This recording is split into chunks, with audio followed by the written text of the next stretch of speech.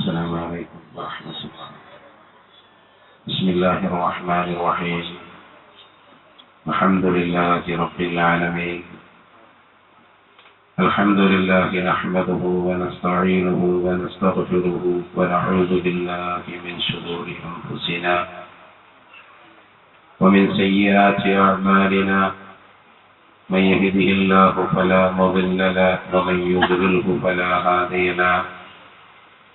ونشهد أن لا إله إلا الله وحده لا شريك له.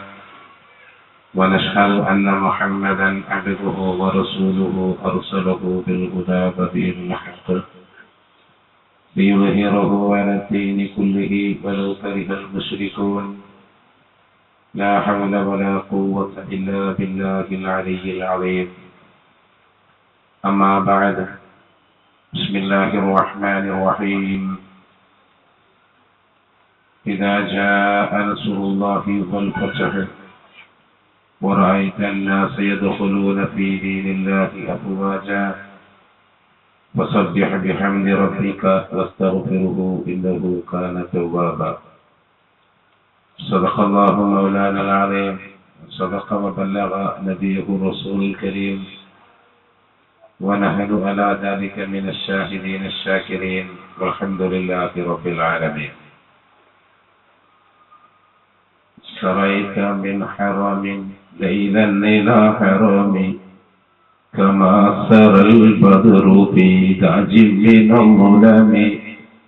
مولاي صل وسلم دائما أبدا على حبيبك خير الخلق كلهم. അല്ലാഹുവിന്റെ റഹ്മത്തുകൊണ്ട് നമ്മളുടെ ഈ സദസ്സിനെ അല്ലാഹു കബൂൽ ചെയ്യുമാറാവട്ടെ. ആഖിറത്തിൽ ഉപകാരപ്പെടുന്ന ഒരു സദസ്സായി അല്ലാഹു ഇതിനെ നമ്മളിൽ നിന്ന് സ്വീകരിക്കുമാറാവട്ടെ. വളരെ പ്രാധാന്യമുള്ള ഒരു മാസത്തിൽ ഇത്തരത്തിലുള്ള ഒരു സദസ്സ് അത് ഏറ്റവും അനുഗ്രഹീതമാണ്. നമ്മുടെ പ്രഗത്ഭരായ ഉലമാക്കളുടെ ഉപദേശങ്ങളും സാദാത്യങ്ങളുടെ പ്രാർത്ഥനയും അതെല്ലാം നമ്മുടെ ജീവിതത്തിൽ ഒരുപാട് മാറ്റങ്ങളെ തന്നുകൊണ്ടിരിക്കുന്ന ഒരു സമയവും. ഞാൻ പറയുന്നത് ഇസ്ലാമിക സമൂഹത്തിന് എന്ത് സംഭവിച്ചു എന്ന് പലപ്പോഴും വളരെ ആഴത്തിൽ ചിന്തിക്കുന്ന ഒരു മനുഷ്യനല്ല. നമുക്കെന്ത് സംഭവിച്ചു എന്ന് നാം ചിന്തിക്കുന്ന ഒരു സമയം. നമ്മളിൽ നിന്ന് പ്രതീക്ഷിക്കപ്പെടുന്ന കാര്യം ഇതല്ലല്ലോ. നമ്മളിൽ നിന്ന് ഉണ്ടാവേണ്ടത് ഇതല്ല. ഒരു നല്ല കൃഷിക്കാരൻ മനോഹരമായ ഒരു കൃഷി ചെയ്തു. വിളവെടുപ്പിന് സമയമായപ്പോൾ അതിൽ നിന്നൊന്നും വരാതെ വരുമ്പോൾ അയാൾ ചിന്തിക്കും, എന്റെ കൃഷിക്കെന്ത് സംഭവിച്ചു, എന്റെ മണ്ണിനെന്ത് സംഭവിച്ചു.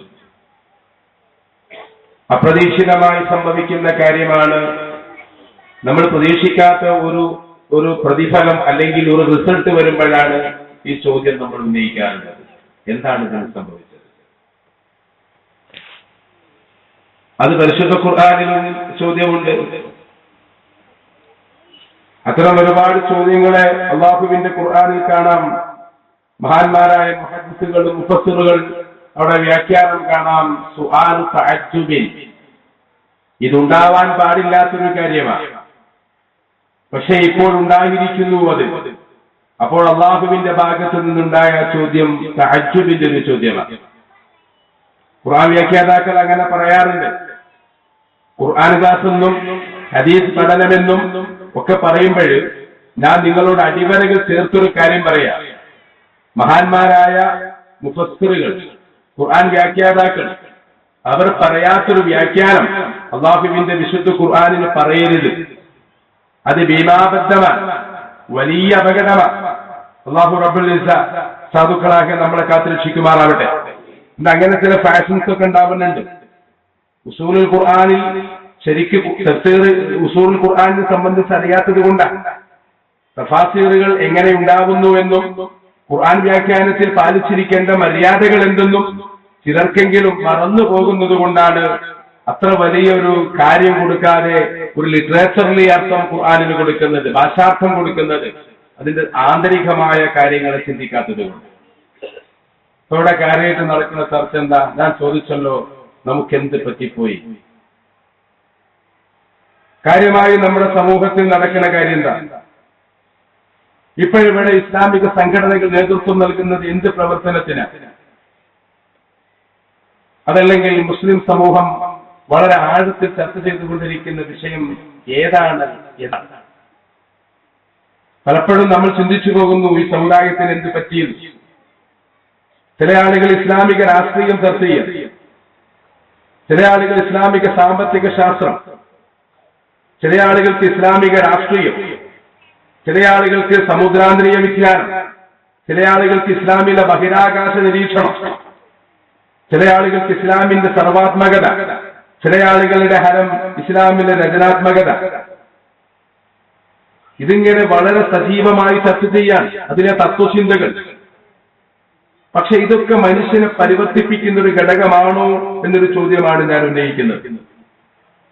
ഇസ്ലാമിക സാമ്പത്തിക ശാസ്ത്രം ഇസ്ലാമിന്റെ സർവാത്മനായുള്ള എല്ലാ പ്രത്യേകതകളും അംഗീകരിച്ചുകൊണ്ട് തന്നെ, അതൊക്കെ പഠിക്കണമെന്ന് പറയുന്നത് കൊണ്ട് തന്നെ ഇസ്ലാം അല്ലാഹുവിനാൽ പരിചയപ്പെടുത്തപ്പെട്ടത് അദ്ദീൻ എന്നാണ്. അതിലെല്ലാം ഉണ്ട്. ഒളുണ്ട്, കുളിയുണ്ട്, നഖംമുറയുണ്ട്, രാജ്യഭരണമുണ്ട്, സൈനിക തന്ത്രമുണ്ട്, സൗരയൂഥമുണ്ട്, കടലിന്റെ അടിത്തട്ടുകളുണ്ട്, ഭൂമിയിലെ അടിപ്പാറകളുണ്ട്, അതിലെ ജലത്തെക്കുറിച്ചുള്ള വിവരണമുണ്ട്, ആകാശഗോളങ്ങളുണ്ട്, അതിലെ സംഭാഷണങ്ങളുണ്ട്. ഇതെല്ലാം കൂടി മനുഷ്യനെ ബാധിക്കുന്നു. ചരിത്രവും ഭൂതവും ഭാവിയും ഭൂപ്രദേശങ്ങളും അതിലെ വ്യത്യസ്തതകളും എല്ലാം മനുഷ്യനെന്ന ജീവിയെ ബാധിക്കുന്നു എന്നതുകൊണ്ട് അതൊക്കെയും അള്ളാഹുവിന്റെ ദീനിലെ ചർച്ച തന്നെയാണ്. പക്ഷെ ഇതല്ല ഇവിടെ പ്രധാനം.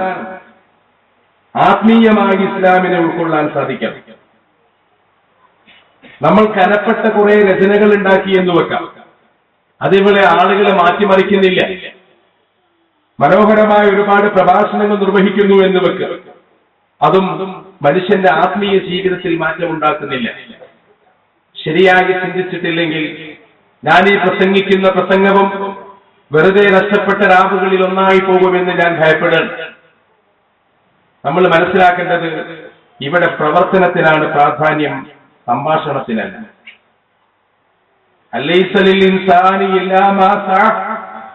മനുഷ്യന് മഹ്ശറാവൻ സഭയിൽ അവൻ അധ്വാനിച്ചതല്ലാതെ ഒന്നും അവകാശപ്പെടാനില്ലാത്ത ദിവസം. അലൈസലിൽ ഇൻസാനി ഇല്ലാ മാ സഅ. മനുഷ്യന് അവൻ അധ്വാനിച്ചതല്ലാതെ ഒന്നും ഇല്ലാത്ത ദിവസം എന്ന് ചിലർ അർത്ഥം വെക്കാറില്ല. അങ്ങനെയല്ല, അവകാശപ്പെടാനില്ലാത്ത ദിവസം. മനുഷ്യന് മറ്റൊരാൾ ഹദിയ ചെയ്താൽ, നിസ്കരിച്ചാൽ അതിന്റെ പ്രതിഫലം കിട്ടും. എങ്ങനെ?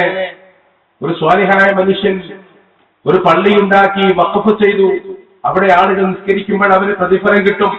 പക്ഷെ അത് അവകാശപ്പെടാനുള്ളതല്ല. ആരെങ്കിലും നിസ്കരിച്ചാലേ കിട്ടൂ, അത് സ്വീകാര്യമായാലേ കിട്ടൂ, അതൊക്കെ വെറുതെ ലഭിക്കുന്നതാണ്. മങ്കൂസ് മൗലൂദ് ഓതിയാൽ അതിന്റെ പ്രതിഫലം കിട്ടും. മങ്കൂസ് മൗലൂദ് ഓതിയാൽ അതിന്റെ പ്രതിഫലം കിട്ടും. തസ്ബീഹ് ചൊല്ലിയാൽ അതിന്റെ പ്രതിഫലം കിട്ടും. തഹ്ലീൽ ചൊല്ലിയാൽ അതിന്റെ പ്രതിഫലം കിട്ടും. അതൊക്കെ ഹദിയ ചെയ്താൽ സ്വീകരിക്കപ്പെടുകയും ലഭിക്കുകയും ചെയ്യും. അത് അവകാശപ്പെടാനുള്ളതല്ല, ഔദാര്യമായി ലഭിക്കുന്നതാണ്. അതാണ് ഖുർആനിന്റെ ആ പ്രയോഗത്തിന്റെ താല്പര്യം തന്നെ. ചില ആളുകൾ മനുഷ്യൻ മുസ്ലിമീങ്ങളെ കാഫറാക്കാൻ ഉപയോഗിക്കുന്ന ആയത്താണ്. മണ്ണാർക്കാട് കുറെ തോന്നിയിട്ടുണ്ടാകും. പിന്നെ ഒട്ടകപ്പക്ഷി നയന്തൽ, അത് ഇസ്മായിലിന്റെ പരിചയമല്ല, ഞാൻ പറയാനുള്ളത് പറയും. ഒട്ടകപ്പക്ഷി നയന്ത തല മണ്ണിൽ പൂഴ്ത്തുക, ഞാനിതൊന്നും കണ്ടിട്ടില്ലെന്ന് വെക്കുക. അതിൽ കാര്യമില്ല. മണ്ണാർക്കാടും കേരളത്തിലെ ഒരു ഭാഗമാണ്. മണ്ണാർക്കാടും ഇത്തരം ആയത്തുകളും ഹദീസുകളും ആളുകളെ പഠിപ്പിക്കപ്പെടുന്നുണ്ട്. മണ്ണാർക്കാടും മുസ്ലിമീങ്ങളെ കാഫറായി ചിത്രീകരിക്കപ്പെടുന്നുണ്ട്. മണ്ണാർക്കാടും ചിലരെങ്കിലും നമ്മൾ മരണത്തിന് ശേഷം മൗലീദ് ഓതുന്നത് ശരിയല്ലെന്ന് പറയുന്നുണ്ട്. അവരോട് എന്താ പറയേണ്ടത്? പിന്നെ ഞാനിതൊന്നും കണ്ടിട്ടില്ല എന്ന് പറയാൻ പറ്റുമോ? പറ്റില്ലല്ലോ. ഇതിന്റെ ഒരു ഭാഗമാണ്. നമ്മൾ ജീവിക്കുന്ന സമകാലിക ലോകത്തുള്ള തർക്കങ്ങളും വിവാദങ്ങളും അതുമായി ബന്ധപ്പെട്ട ചർച്ചകളും നമ്മളുമായി ബന്ധപ്പെട്ടതാണ്. അതിന് ചിലതിനെയെല്ലാം മറന്ന് ചിലതിനെയെല്ലാം വ്യാഖ്യാനിക്കുന്നതിൽ കാര്യമായ അർത്ഥങ്ങളൊന്നുമില്ല. മരണപ്പെട്ടതിന് ശേഷം ചെയ്യുന്ന അമാലുകൾ സ്വീകരിക്കപ്പെടില്ല എന്ന് ഈ ആയത്ത് കൊണ്ട് എവിടെയും സ്ഥിരപ്പെടുത്താൻ സാധിക്കില്ല. മനസ്സിലാവുന്നുണ്ടോ നിങ്ങൾക്ക്?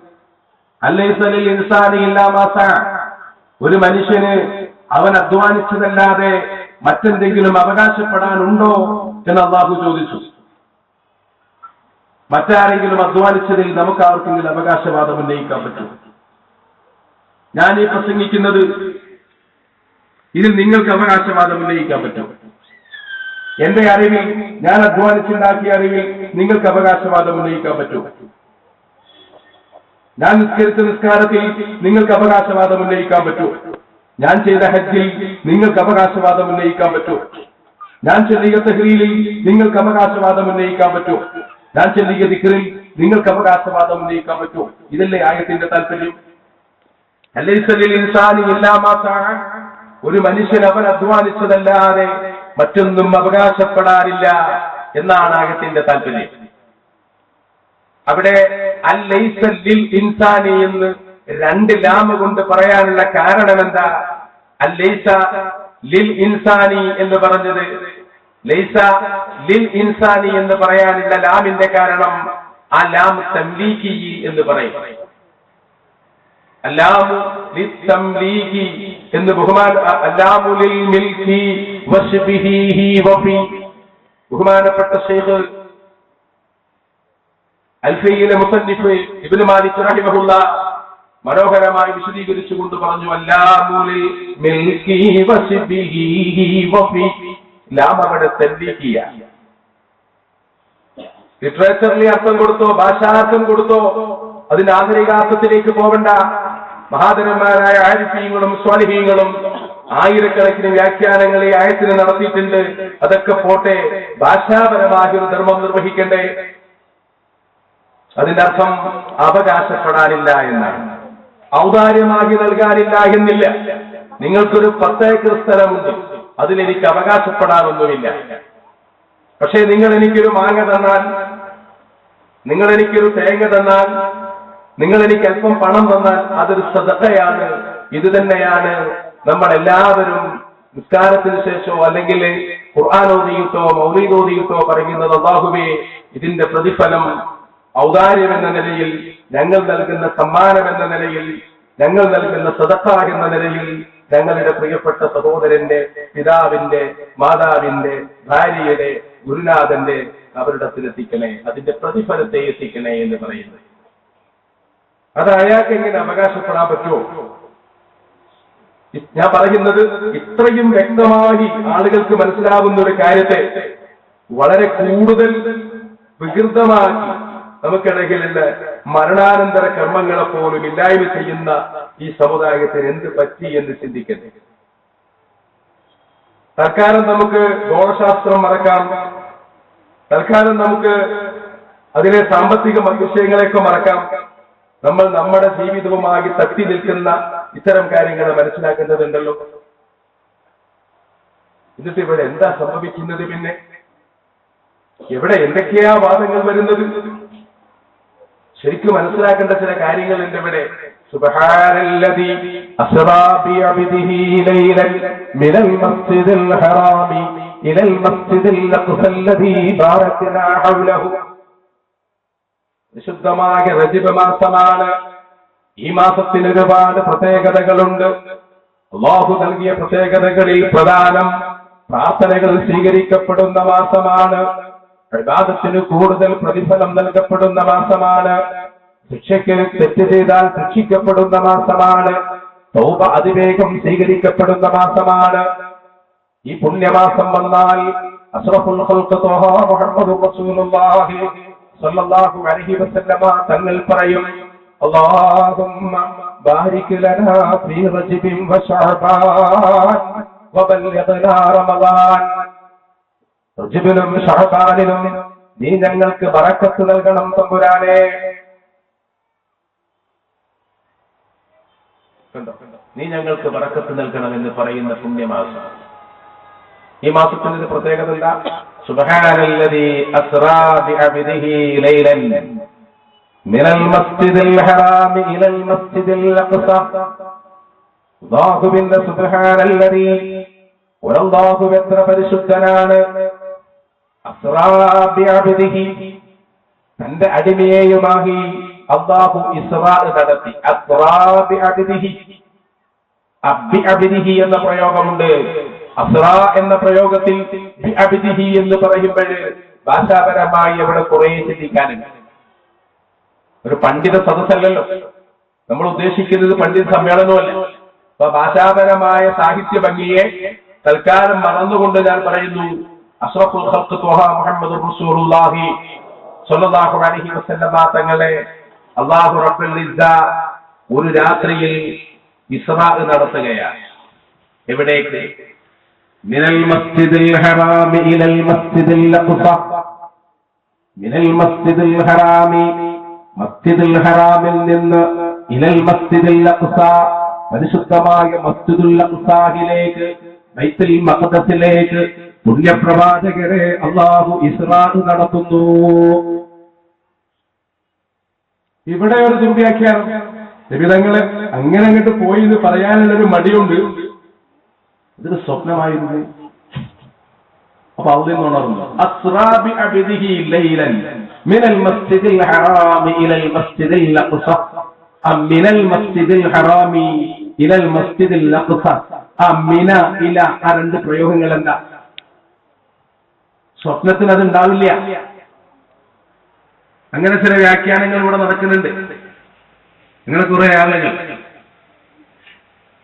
ശരിയെന്ന് പറയുന്നതിനെ മുഴുവൻ തമസ്കരിക്കുക, ശരിയുടെ അടയാളങ്ങളെ ഇല്ലായ്മ ചെയ്യുക, ആ സ്ഥാനത്ത് ഇല്ലാത്ത ചിലതിനെ കടത്തിക്കൂട്ടുക. വലിയൊരു ദുരവസ്ഥയാണ് മുസ്ലിം സമൂഹം നേരിടുന്നത്. അപ്പൊ അങ്ങനെ അല്ലാഹുവിന്റെ ഹബീബ് സ്വല്ലല്ലാഹു അലൈഹി വസല്ലമ തങ്ങളെ അല്ലാഹു റബ്ബുൽ ഇസ്സ മസ്ജിദുൽ ഹറാമിൽ നിന്ന് മസ്ജിദുൽ അഖ്സായിലേക്ക് കൊണ്ടുപോയി. അല്ലാഹുവിന്റെ ഹബീബ് സ്വല്ലല്ലാഹു അലൈഹി വസല്ലമ തങ്ങളെ പാടി പുകഴ്ത്തുന്ന പ്രവാചക പ്രകീർത്തകരെ എക്കാലത്തും സ്വീകാര്യനായ മഹാകവി ഇമാം ശറഫുദ്ദീൻ മുഹമ്മദ് ബൂസരി ഖദ്ദസല്ലാഹു സിർറഹുൽ അസീസ്, ഇമാം ബൂസരി പറഞ്ഞു, സറൈത മിൻ ഹറമിൻ ലൈലൻ ഇലാ ഹറമി കമാ സറൽ ബദ്റു ഫി ദാതിൻ മിനൽ ഉലമി. സറൈത മിൻ ഹറമിൻ ലൈലൻ ഇലാ ഹറമി കമാ സറൽ ബദ്റു ഫി ദാതിൻ മിനൽ ഉലമി. ബൂസരി എന്ന് കേൾക്കുമ്പോഴേക്ക് ചിലർക്കാണ്ട് സഹിക്കൂല. ഇതൊക്കെ പഠിപ്പിച്ചത് തിരുത്തി വായിക്കണം.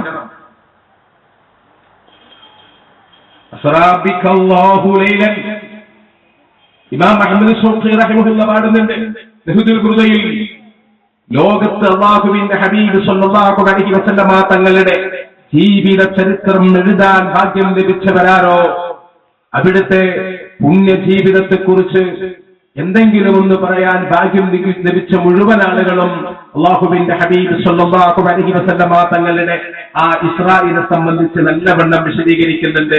അത് ആ ജീവിതത്തിന്റെ ഒരു പൂർണ്ണതയാണ്. അല്ലാഹുവിന്റെ ഹബീബ് അഷ്റഫുൽ ഖൽഖ് മുഹമ്മദുർ റസൂലുള്ളാഹി സ്വല്ലല്ലാഹു അലൈഹി വസല്ലമ തങ്ങളുടെ ജീവിതത്തിലെ ഏറ്റവും ചരിത്രപരമായ മുസ്ലിം സമൂഹത്തിന്റെ ജീവിതവും ഇബാദത്തുമായി ബന്ധപ്പെട്ട് നിൽക്കുന്ന വിഭിന്ന മേഖലയിലും അസാമാന്യമായ സ്വാധീനം ചെലുത്തപ്പെട്ടതാണ് നബി സല്ലല്ലാഹു അലൈഹി വസല്ലമ തങ്ങളുടെ ഇസ്റാ മിഅ്റാജ്. ഒരു സ്വപ്നാടനാക്കുന്ന ചില മനുഷ്യന്മാരിൽ ഞാനെന്ന് പറഞ്ഞത്, എന്റെ അടുത്ത് വന്നൊരു സുഹൃത്തിനോട് ഞാൻ പറഞ്ഞു, മോനെ ഖസീദത്തുൽ ബുർദ ചൊല്ലിക്കോ. അപ്പൊ അയാളിനോട് പറഞ്ഞു, ഖസീദത്തുൽ ബുർദ എന്ന് പറഞ്ഞാൽ അത് ശിർക്കല്ലേ? ചെറുപ്പക്കാരന്റെ തലയിൽ കയറ്റിയിട്ട്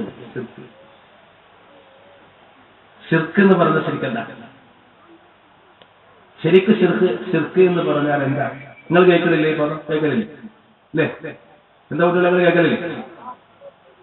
ഇത് പുതിയ കേൾക്കുന്നല്ലോ അല്ലേ? നമ്മളെ മുശ്രിക്കാക്കും എന്താ നമ്മൾ ചെയ്ത തെറ്റ്?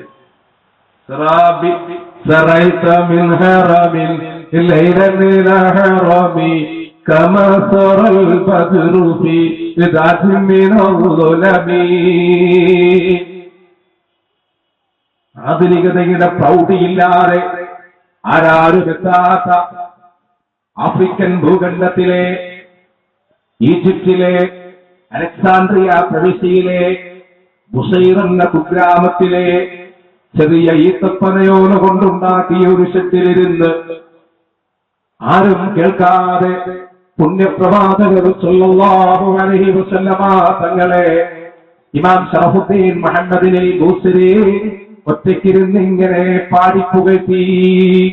എന്റെ പ്രിയപ്പെട്ടവരെ കുറിച്ച് ഇങ്ങനെ പാടി. അല്ലാഹുവിന്റെ ഹബീബ് സല്ലല്ലാഹു അലൈഹി വസല്ലം ആ പുണ്യമായ സ്നേഹത്തിൽ ലയിച്ചു ചേർന്നു. സ്നേഹം അത് ഖൽബിന്റെ ഒരു വികാരമാണ്, ഹൃദയത്തിൽ നിന്നുണ്ടാകേണ്ട ഒരു വികാരമാണ്. ചില ആളുകൾ ഇവിടെ അവിടെയും ദുർവ്യാഖ്യാനം ചെയ്യാറുണ്ട്, അവിടെയും ദുർവ്യാഖ്യാനത്തിന്റെ ഒരുപാട് ഭാഗങ്ങളെ തുറക്കാറുണ്ട്. ഇൻഷാ അല്ലാഹ് സംഭാഷണം സമയമുണ്ടെങ്കിൽ നമുക്കങ്ങോട്ട് വരാം. മുഹമ്മദ് അലി ബൂസരിയുടെ ആദ്യത്തെ കവിതയല്ല, അദ്ദേഹം ഖസീദത്തുൽ മുഹമ്മദിയ്യ എന്ന കവിത എഴുതി. മുഹമ്മദുൻ സയ്യിദുൽ അഅറാബി വൽ അജമി മുഹമ്മദുൻ ഖൈറു മൻ യംശി അലാ ഖദമി. ഇത് ഖസീദത്തുൽ ബുർദയിൽ അദ്ദേഹം എഴുതി ചേർത്ത കവിതയാണ്. അതിനു മുൻപ് അദ്ദേഹം ഖസീദത്തുൽ മുഹമ്മദിയ്യ എന്നൊരു കവിത എഴുതിയിട്ടുണ്ട്. അവിടെയും അഷ്റഫുൽ ഖൽഖ് മുഹമ്മദുർ റസൂലുള്ളാഹി സ്വല്ലല്ലാഹു അലൈഹി വസല്ലമ തങ്ങളെ മുഹമ്മദുൻ മുഹമ്മദുൻ എന്ന് പ്രകീർത്തിച്ചുകൊണ്ട് ഒരുപാട് വരികൾ എഴുതി. ഖസീദത്തുൽ ഹംസിയ്യ എഴുതി, ഖസീദത്തുൽ ലാമിയ്യ എഴുതി. ഇതിന്റെ അർത്ഥം എന്താ? ആ മനസ്സിൽ ഇങ്ങനെ നിറച്ചും സ്നേഹമുണ്ടായി. സ്നേഹം എന്ന് പറഞ്ഞാൽ എന്താ? അത് മനസ്സിലുണ്ടാകുന്ന ഒരു വികാര. ചില ആളുകൾ പറയും സ്നേഹം എന്ന് പറഞ്ഞാൽ ഇത്തിബാ. എന്താ പറയാ ഇത്തിബാ, നബിതങ്ങളെ ചര്യ പിൻപറ്റലാണ് സ്നേഹം. സ്നേഹം എന്ന വാക്കിന്റെ അർത്ഥറിയോ നിനക്ക്? സ്നേഹം എന്ന വാക്കിന്റെ അർത്ഥം എന്താ നിനക്കറിയോ? സ്നേഹമതല്ല. പ്രകീർത്തിക്കാൻ എപ്പോഴാ സാധിക്കുക? മനസ്സിൽ സ്നേഹമുണ്ടാകുമ്പോഴാ. അവിടെയും എനിക്ക് തോന്നുന്നത് അഹ്മദ് ഷൗഖി പറഞ്ഞൊരു പ്രയോഗമാണ്. വൽമാദിഹൂന വഅർബാബുൽ ഹവഫഫഹു ലിസ്വാഹിബി ബുർദതി ഫൈഹാഇദിൽ ഖിദമി അല്ലാഹു യശ്ഹദു ഇന്നി ലാ അഅദിഹു വസാദിഖുൽ ഹഖിയും ലിസാദിഖൽ കലിമി. ഷൗഖി ആധുനികനായ കവി, ഗസൽ ശൈലിയിൽ അറബി കവിത ഉണ്ടാക്കിയ ആധുനിക അറബി സാഹിത്യ വിദ്യാർത്ഥികൾക്ക് പഠിക്കാനുള്ള ആളാണ്. അദ്ദേഹം പറയുന്നുണ്ട് വൽമാദിഹൂന വഅർബാബുൽ ഹവഫഫഹു ലിസ്വാഹിബിൽ ബുർദതി ഫൈഹാഇദിൽ ഖിദമി. എന്നും നിൽക്കുന്ന അനന്തമായ സാധ്യതയുള്ള ഖസീദത്തുൽ ബുർദയിലെ ഇമാം ബുസ്രിയുടെ പ്രയോഗത്തോട് എല്ലാ മാദിഹീങ്ങളും എല്ലാ പ്രകീർത്തകന്മാരും അർബാബുൽ ഹവ, അല്ലാഹുവിന്റെ ഹബീബിനെ വല്ലാതെ സ്നേഹിക്കുന്നവരും നിരുപാധികം പിൻപറ്റുക. എന്താ കാരണം? അദ്ദേഹം പറഞ്ഞു അല്ലാഹു സാക്ഷിയാണ്. ഒരുപാടുണ്ടാ വരികൾ, എല്ലാം കൂടി പറയാൻ സമയമല്ല. അദ്ദേഹം പറയാണ് അല്ലാഹു സാക്ഷിയാണ്, എനിക്കൊരിക്കലും ഇമാം ബുസ്രിയോട് മത്സരിക്കാനാവില്ല.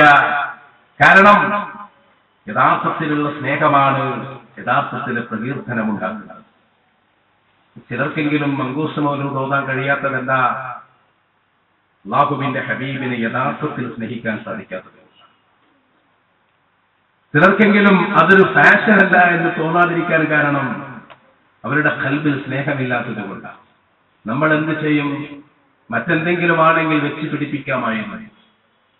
കണ്ണാണില്ലാതെയായിരുന്നെങ്കിൽ അത് ദാനം ചെയ്യാമായിരുന്നു. കാലാണ് നഷ്ടപ്പെട്ടതെങ്കിൽ ഒരു പ്ലാസ്റ്റിക് കൊണ്ട് ഫിറ്റ് ചെയ്യാമായിരുന്നു. അറിവാണ് കുറവെങ്കിൽ പഠിപ്പിച്ചു കൊടുക്കാമായിരുന്നു. പക്ഷേ സ്നേഹം അതുണ്ടാക്കാൻ കഴിയില്ല. അത് വ്യാജമായി നിർമ്മിക്കപ്പെടാൻ പറ്റുന്നതല്ല. അത് ഹൃദയത്തിൽ നിന്നുണ്ടാകേണ്ട ഒരു വികാരമാണ്. ഹൃദയത്തിൽ നിന്നുണ്ടാകേണ്ട ഒരു വികാരമാണ്. ഒരിക്കലും അത് കൃത്രിമമായി ഉണ്ടാക്കാൻ സാധിക്കില്ല.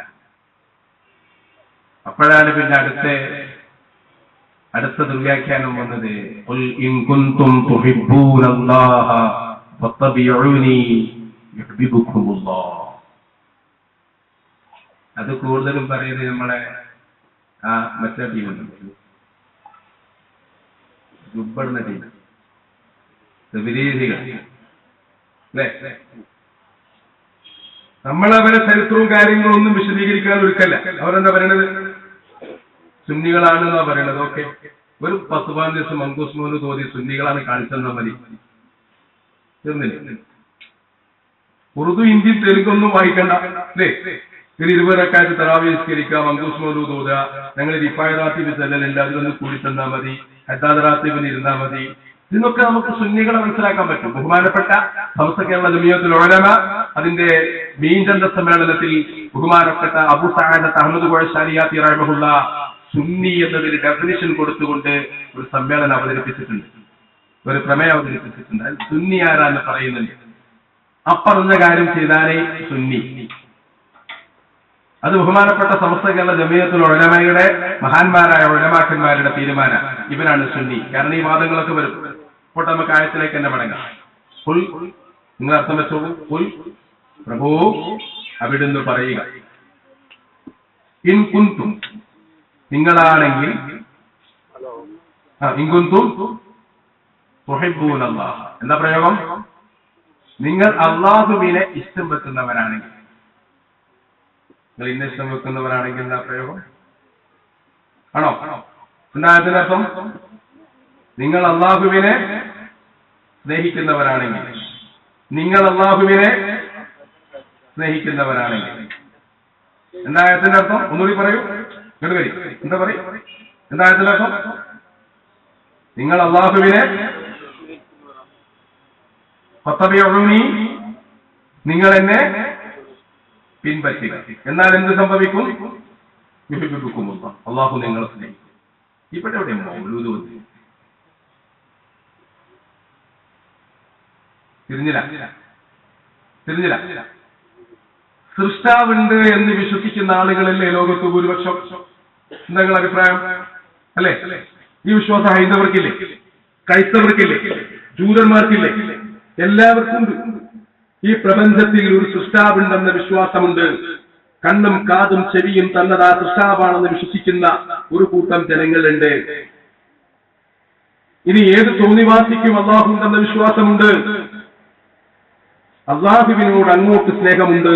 അള്ളാഹു ഇങ്ങോട്ട് സ്നേഹിക്കുക എന്നതാണ് പിന്നീട് നടക്കേണ്ടത്. തിരിഞ്ഞോ? ആര് നടക്കേണ്ടതെന്താ? അള്ളാഹുവിനോട് അങ്ങോട്ട് സ്നേഹമുണ്ട്. അള്ളാഹുവിനെ നിങ്ങൾക്ക് ഇഷ്ടമുണ്ടോ?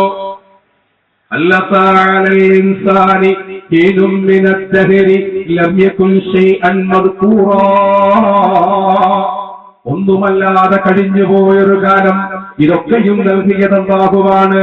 അലം നജ്അൽ ലഹു ഐനൈനി വലിസാനം വശഫതൈൻ, നാവ് തന്നതും ചുണ്ട് തന്നതും കണ്ണ് തന്നതും മറ്റുള്ള അവയവങ്ങൾ തന്നതും അല്ലാഹുവാണ്. ഭക്ഷണം നൽകുന്നതും വെള്ളം തരുന്നതും അതിനെ ദഹിപ്പിക്കുന്നതും അതിൽ നിന്ന് ആവശ്യമുള്ളതിനെ ശരീരത്തിൽ നിർത്തുന്നതും ഇല്ലാത്തതിനെ പുറന്തള്ളുകയും ചെയ്യുന്നത് അല്ലാഹുവാണ്. ഇങ്ങനൊരു ഗുണവും ചെയ്യാതെ ഒരുപാട് ഔദാര്യം തന്ന അല്ലാഹുവിനോട് നിങ്ങൾക്ക് സ്നേഹമുണ്ടെങ്കിൽ, എന്താ അതിന്റെ അർത്ഥം? അല്ലാഹുവിനോട് നിങ്ങൾക്ക് സ്നേഹമുണ്ടെങ്കിൽ നിങ്ങൾ എന്ത് ചെയ്യണം? എന്നെ പിൻപറ്റണം. എന്നാൽ എന്ത് സംഭവിക്കും? യുഹ്ബിബുക്കുമുല്ലാഹ്, അല്ലാഹു നിങ്ങളെ സ്നേഹിക്കും. ഇതൊരു വലിയ ആത്മീയ പാഠമാണ്. നബി തങ്ങളോട് സ്നേഹമുണ്ടെങ്കിൽ അല്ലാഹു എന്നെ പിൻപറ്റൂ എന്നല്ല ആയത്തിന്റെ അർത്ഥം. അത് ഇവിടെ യോജിച്ചതല്ല, സ്യൂട്ടബിൾ അല്ല. മരണ മനസ്സിലായിട്ട് നിങ്ങൾക്ക് തിരിയുന്നുണ്ടോ? ഇതൊക്കെ അത് കുടിയിൽ വെച്ചാൽ മതി. ഈ അർത്ഥം വെക്കളൊക്കെ അതാ ഞാൻ പറഞ്ഞത്, ചുരുങ്ങിയത് എന്താണ് അതിന്റെ ഉസൂൽ എന്ന് മനസ്സിലാക്കാതെ ഈ അർത്ഥം വെക്കൽ അപകട. നോക്കൂ, ഇത്തിബാ എന്തുകൊണ്ട് ചെയ്യുന്ന കാര്യമാണ്? നിങ്ങൾ എന്നെ അനുധാവനം ചെയ്യുന്നു, എന്തുകൊണ്ട്? നിങ്ങൾ എന്നെ പിൻപറ്റൂ, എന്തുകൊണ്ട്? ഈ കുപ്പായണം അല്ലെ, നിങ്ങൾ താടി വെക്കാം, ശരിയല്ലേ? അല്ലെ, ഈ തട്ടണ, പിന്നെ മനസ്സ് താങ്ങുക, ഔലല്ലോ. ഇവിടെ പ്രശ്നം അവയവങ്ങൾ കൊണ്ട് സ്വീകാര്യമല്ലാത്ത ആളുകളെ ഇവിടെ ഇത്തിബാ ചെയ്യുന്നുണ്ട്. നല്ല തമാശയെ പോയില്ലേ? ഒരു പോലീസ് ഓഫീസർ അല്ല എത്ര പറയണോ, നിങ്ങളിപ്പോ സ്കൂൾ പ്രിൻസിപ്പാള്, നിങ്ങൾ കുട്ടികൾക്ക് യൂണിഫോം ഇടയില്ലേ? നിങ്ങൾ ആ കുട്ടികളോട് 10 യൂണിയൻ പറയില്ലേ? ഞാൻ പറഞ്ഞ കേട്ടോളി, നിങ്ങൾ സ്നേഹത്തിനാണോ കുട്ടികൾ വിടുന്നത്? ഓലക്ക കുട്ടികൾ പറയും മാസിക കാലത്ത് സുഖല്ല, ഇക്കാലിന്റെ ഫാഷൻ സ്വത്തുള്ള കാലത്ത് ഇയാളൊരു നീലത്താണ്ടിട്ടാ വരാൻ പറഞ്ഞിട്ട്. പക്ഷെ ഇത്തിബാ അവിടെ നടക്കുന്നുണ്ട് അല്ലേ? അല്ലേ? എന്താ കാര്യം പറഞ്ഞോളൂ. പിൻപറ്റുക എന്നത് അവയവങ്ങൾ കൊണ്ട് ചെയ്യുന്ന കാര്യമാണ്. സ്നേഹം എന്ന് പറയുന്നത് ഹൃദയം കൊണ്ടുണ്ടാവേണ്ടതാണ്. ഇതും രണ്ടും ഭിന്നമാണ്. വാദം മനസ്സിലായോ? മനസ്സിലായില്ലേ? മനസ്സിലാണ്ടോ? ഇത് തിരിയുണ്ടോ? അതാ സംഭവം. എന്നിട്ട് മങ്കൂസും ഒരു തോന്നുന്ന നേരം ഒരു മായത്തേണ്ടി വരുന്നതാണ്. നബിദിനാഘോഷത്തിന് രണ്ട് തോരണം കെട്ടുമ്പോഴേക്ക് ആയത്ത് വരും. അഷ്റഫുൽ ഖൽഖ് മുഹമ്മദ് റസൂലുള്ളാഹി സ്വല്ലല്ലാഹു അലൈഹി വസല്ലമ തങ്ങളെ, അല്ലാഹുവിന്റെ ഹബീബ് സ്വല്ലല്ലാഹു അലൈഹി വസല്ലമ തങ്ങളെ മഹത്വം പറയുമ്പോഴേക്കും, അവിടുത്തെ പ്രകീർത്തിക്കുമ്പോഴേക്കും ഈ ആയത്തുകളും ഹദീസുകളും ഇങ്ങനെ ഒഴുകി വരും. എന്തിന്? മുസ്ലിം സമൂഹത്തിലെ ഒരു മഹാപ്രബല വിഭാഗത്തിനെ കാഫിറാക്കാൻ വേണ്ടി. നിങ്ങൾക്ക് വാദം മനസ്സിലാവണില്ലേ? നമ്മൾ പറഞ്ഞ മനസ്സിലാവണില്ലേ? സ്നേഹം എന്നത് എവിടെ നിന്നുണ്ടാവണം? മനസ്സിൽ നിന്നുണ്ടാവണം. പോവട്ടെ, നമുക്ക് ഇസ്രായേലിലേക്ക് തന്നെ മടങ്ങാം. നമ്മൾ അവിടെ നിന്നാണ് വഴിതെറ്റിയത്. ചർച്ച വഴിതെറ്റിയതല്ല, ഒന്ന് വിശദീകരിച്ചതാ. ഇതിലൊക്കെ ഒരുപാട് അബദ്ധം പറയാ ചിലരെങ്കിലും. എന്നിട്ട് നമ്മൾ ചെയ്യേണ്ടത്, നമ്മളെ ഒരു സുന്നി ആശയത്തെ എന്താക്കും? മുശ്രിക്കാണ്.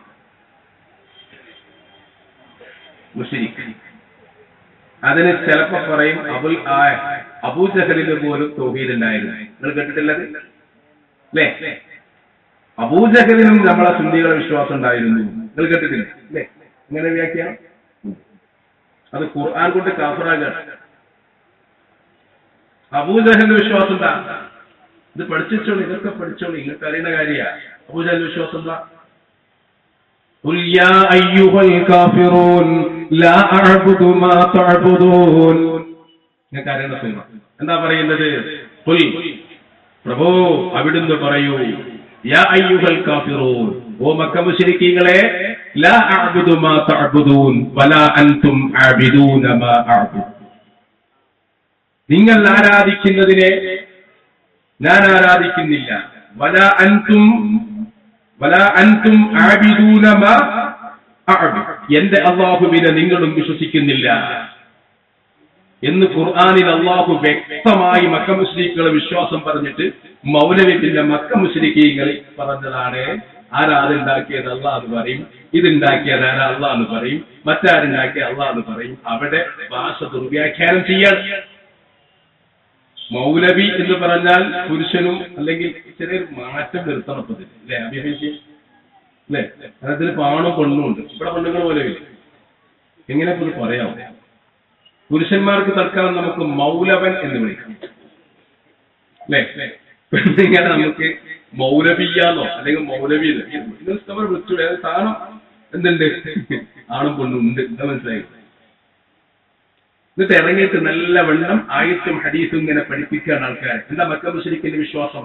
ഈ സൂറത്ത് നമ്മളൊക്കെ പഠിച്ച സൂറത്തല്ലേ? എത്ര പ്രഗത്ഭമായ പ്രചരണം! മക്ക മുശ്രിക്കിനെ മുസ്ലിമാക്കുന്നു. ആരെ കാഫിറാക്കാൻ? പാവപ്പെട്ട സുന്നിയെ കാഫിറാക്കാൻ. ഇത് സമകാലിക യാഥാർത്ഥ്യമാണ്, നമ്മുടെ മുമ്പിലുള്ള കാര്യമാണ്.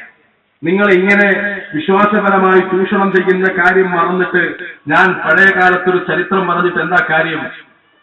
അത് ഞാൻ ഒട്ടകപ്പക്ഷി നയം സ്വീകരിക്കലാകും. കുറച്ചുകൂടി നമുക്ക് ആദർശ ചർച്ചയിലേക്ക് കടന്നു വരാം അല്ലേ? അടിസ്ഥാനപരമായി ഇത്തരം കാര്യങ്ങളൊന്നും പ്രതിപാദിക്കാതെ കേൾക്കാൻ രസമുള്ളൊരു കഥ പറയാൻ അതിന് ഞാൻ വരണമെന്നില്ല, ഞാൻ പ്രസംഗിക്കണമെന്നില്ല, അതിന് ചിന്തയും വേണ്ട, ബുദ്ധിയും വേണ്ട. മനോഹരമായ കഥകൾ കേൾക്കാൻ എന്നിട്ട് എന്താ കാര്യം? നമ്മൾ ഒന്നുകൂടി ഇങ്ങോട്ട് ഇറങ്ങി വരും. നിങ്ങൾക്ക് മനസ്സിലായില്ലേ അല്ലേ? പിന്നെ നമ്മളെ വിശ്വാസത്തെക്കുറിച്ച് എന്താ പറയേണ്ടത്? എന്താണ് ശിർക്ക്? എന്താണ് തൗഹീദ്? അല്ലാഹു ഖുർആനിൽ പറഞ്ഞിട്ടുണ്ട്. ഏതാ സൂറത്ത്? സൂറത്തുൽ ഇഖ്ലാസ്. പ്രഭു അവിടെ നിന്ന് പറയണം അല്ലാഹു അഹദ്, അല്ലാഹു ഒരുവനാണ്, അല്ലാഹു സമദ്, അല്ലാഹു നിരാശ്രയനാണ്, ലം യലിദ് വലം യൂലദ് വലം യകുൽ ലഹു കുഫുവൻ അഹദ്. ഈ തൗഹീദ് ഈ ഉമ്മത്തിന് അറിയണതല്ലേ? ഇതിനെതിരായി എന്ത് കാര്യമായി പാവപ്പെട്ട സമുദായത്തിലുള്ളത്? ഇതെന്താണ് ഈ പഴയപ്പെട്ട ആചാരങ്ങളിലേക്കും മഹാന്മാരായ മശായിഖന്മാർ പഠിപ്പിച്ചതിലേക്കും വന്ന് അസംഭവിക്കുന്നത്? ഒന്നും സംഭവിക്കുന്നില്ല. അതുകൊണ്ട് ഒരു കാര്യം മനസ്സിലാക്കുക, എ മുതൽ സെഡ് വരെ, തുടക്കം മുതൽ ഒടുക്കം വരെ, ഉളു മുതൽ കുളി വരെ, മരണം മുതൽ ഖബർ വരെ, ആയത്തിന്റെ അർത്ഥം മുതൽ ഹദീസിന്റെ വ്യാഖ്യാനം വരെ, അതിന്റെ സ്വീകാര്യത മുതൽ ദുർബലത വരെ, തക്ബീറത്തുൽ ഇഹ്റാം മുതൽ സലാം വരെ, ഇവരും നമ്മളും തമ്മിൽ ഭിന്നതയുണ്ട്. യഥാർത്ഥ ഇസ്ലാമിനെ വികൃതമാക്കി അവതരിപ്പിക്കാം പറഞ്ഞാൽ തോന്നും സുന്നികൾ ഇവരും തമ്മിലുള്ള പ്രശ്നം വെറും ഒരു മൗലൂദ് ഓതല് മാത്രമാണ്. അങ്ങനെ തോന്നാറില്ലേ? അല്ലേ? നിങ്ങൾക്ക് തോന്നാറില്ലേ? കേട്ടാല് തക്ബീറത്തുൽ ഇഹ്റാം നമ്മൾ അല്ലാഹു അക്ബർ ഇങ്ങനെ ഇട്ടോ, ഈ അടയാളം ട്രാൻസ്ഫോമറിന്റെ ചോട്ടിലേക്ക് കാണുന്നത്.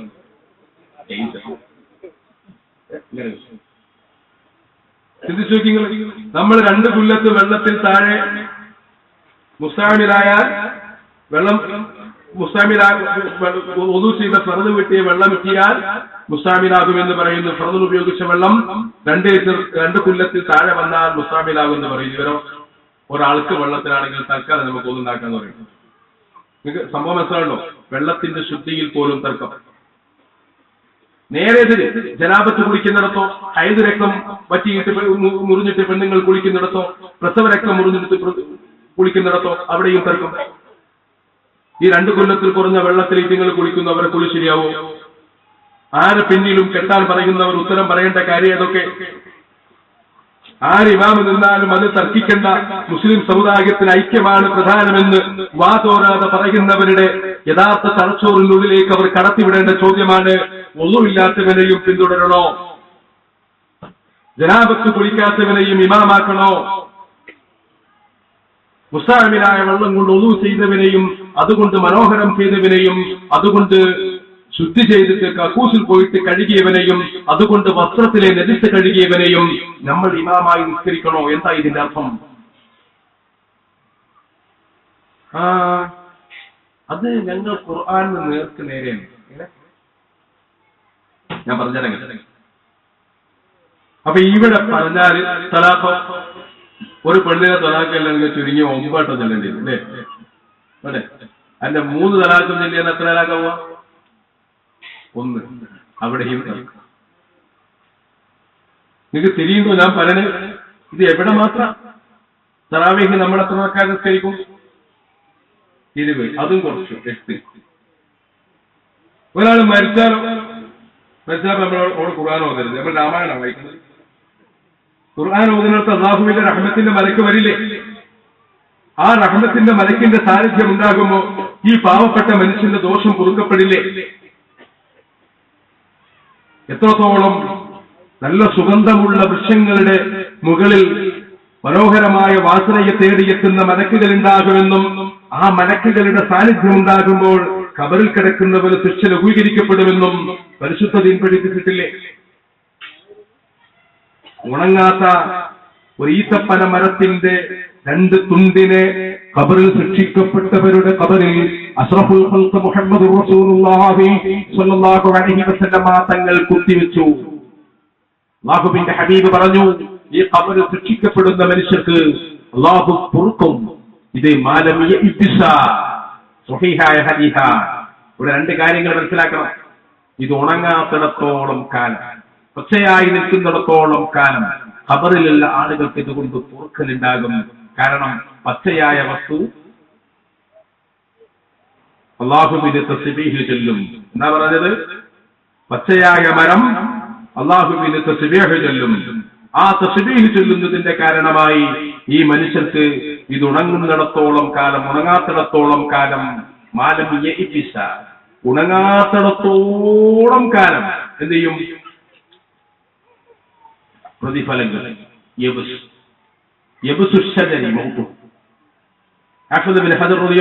പറഞ്ഞു, ഒരു മരത്തിന്റെ മരണം എന്ന് പറഞ്ഞാൽ അതിന്റെ ഉണക്കമാണ്. ഉണങ്ങിയാൽ മരം മരിച്ചു. ഒരു മരം വെച്ചാൽ അത് തസ്ബീഹ് ചൊല്ലിയാലും ദോഷം മുറുക്കപ്പെടുമെന്ന് പഠിപ്പിച്ച അല്ലാഹുവിന്റെ ഹബീബ് അഷ്റഫുൽ ഖൽഖ് ത്വഹ മുഹമ്മദുർ റസൂലുള്ളാഹി സല്ലല്ലാഹു അലൈഹി വസല്ലമ തങ്ങൾ ചൊല്ലിയ തസ്ബീഹ് ഇങ്ങനെ ഉച്ചരിക്കണമെന്ന് അല്ലാഹുവിന്റെ ഹബീബ് പഠിപ്പിച്ച ഖുർആൻ ഇങ്ങനെ നീട്ടണമെന്നും കുറുക്കണമെന്നും അഷ്റഫുൽ ഖൽഖ് മുഹമ്മദ് മുസ്തഫ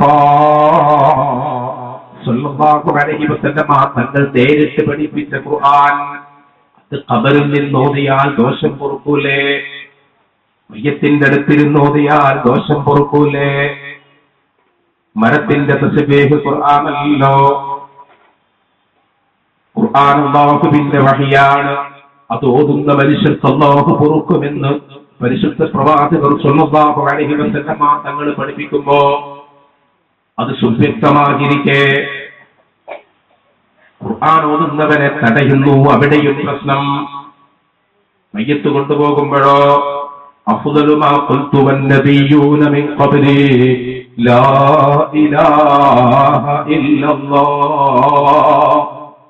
പിതാവിന്റെ ഖബറും മയ്യത്തും ചുമന്ന് നടന്നു പോകുന്ന മകൻ ബാല്യകാല സ്മരണകൾ അവന്റെ മനസ്സിലെത്തുമ്പോ അവൻ അല്ലാഹുവിനോട് സഹായം തേടുന്നത് ലാ ഇലാഹ ഇല്ലല്ലാഹ് എന്ന ദിക്ർ ചൊല്ലിയാണ്. അഷ്റഫുൽ ഖൽഖ് മുഹമ്മദുർ റസൂലുള്ളാഹി സ്വല്ലല്ലാഹു അലൈഹി വസല്ലമ തങ്ങൾ പറയുന്നു, 7 ആകാശങ്ങളും 7 ഭൂമിയും ഒരു തട്ടിലും വലൗ അന്നസ് സമാവാതു സബഅ, 7 ആകാശങ്ങളും 7 ഭൂമിയും ഒരു തട്ടിലും വലാ ഇലാഹ ഇല്ലല്ലാഹ് ഫീ കഫ്ഫത്തിൻ വാഹിദ, മറ്റൊരു തട്ടിൽ ലാ ഇലാഹ ഇല്ലല്ലാഹ് എന്ന് വെച്ചാൽ ലമ്മാനത്ത് ബിഹി ലാ ഇലാഹ ഇല്ലല്ലാഹ്, ലാ ഇലാഹ ഇല്ലല്ലാഹ് എന്ന കലിമ 7 ആകാശങ്ങളെക്കാളും ഭൂമിയെക്കാളും കനം വരുമെന്ന് അഷ്റഫുൽ ഖൽഖ് മുഹമ്മദ് മുസ്തഫ സല്ലല്ലാഹു അലൈഹി വസല്ലമ തങ്ങൾ പറഞ്ഞു. മയ്യത്ത് കൊണ്ടുപോകുമ്പോ ഇത് ചെല്ലുമ്പോ അവിടെ ഉണ്ടായില്ല, എവിടുന്ന ഇത്തികൾ വന്നതാവോ? ഒരു മുസ്ലിമിന് ലാ ഇലാഹ ഇല്ലല്ലാഹ് എന്ന് പറയാനുള്ള സ്വാതന്ത്ര്യമില്ല. മയ്യത്ത് കൊണ്ടുപോകുമ്പോ അവിടെ മറ്റേ കോമുണ്ടല്ലേ, ഇത് ആ വളവുള്ളത് ജമാഅത്തെ യവറ്റങ്ങൾ പറയുന്നത് ഒച്ച ഉണ്ടാക്കണ്ട. നിക്കാഹിന്റെ മുമ്പ് ഒരു പ്രസംഗം. നിക്കാഹ് ഒരു ആത്മീയ തലത്തിൽ നടത്തപ്പെട്ട കാര്യങ്ങൾ. പ്രസംഗ മത്സരത്തിന്റെ സ്ഥല അല്ലെ എന്താ പ്രസംഗത്തിന് അവിടെ ഒരു പ്രസക്തി എനിക്കറിയാം. നിക്കാഹിന്റെ മുമ്പ് ഒരു 10 മിനിറ്റ് പ്രസംഗം. ഈ കാണുന്ന വാഴന്നും കേട്ടിട്ട് ഒന്നും കേട്ടിട്ട് നന്നാകത്തില്ല, 10 മിനിറ്റോടെ നന്നാകുന്നത്.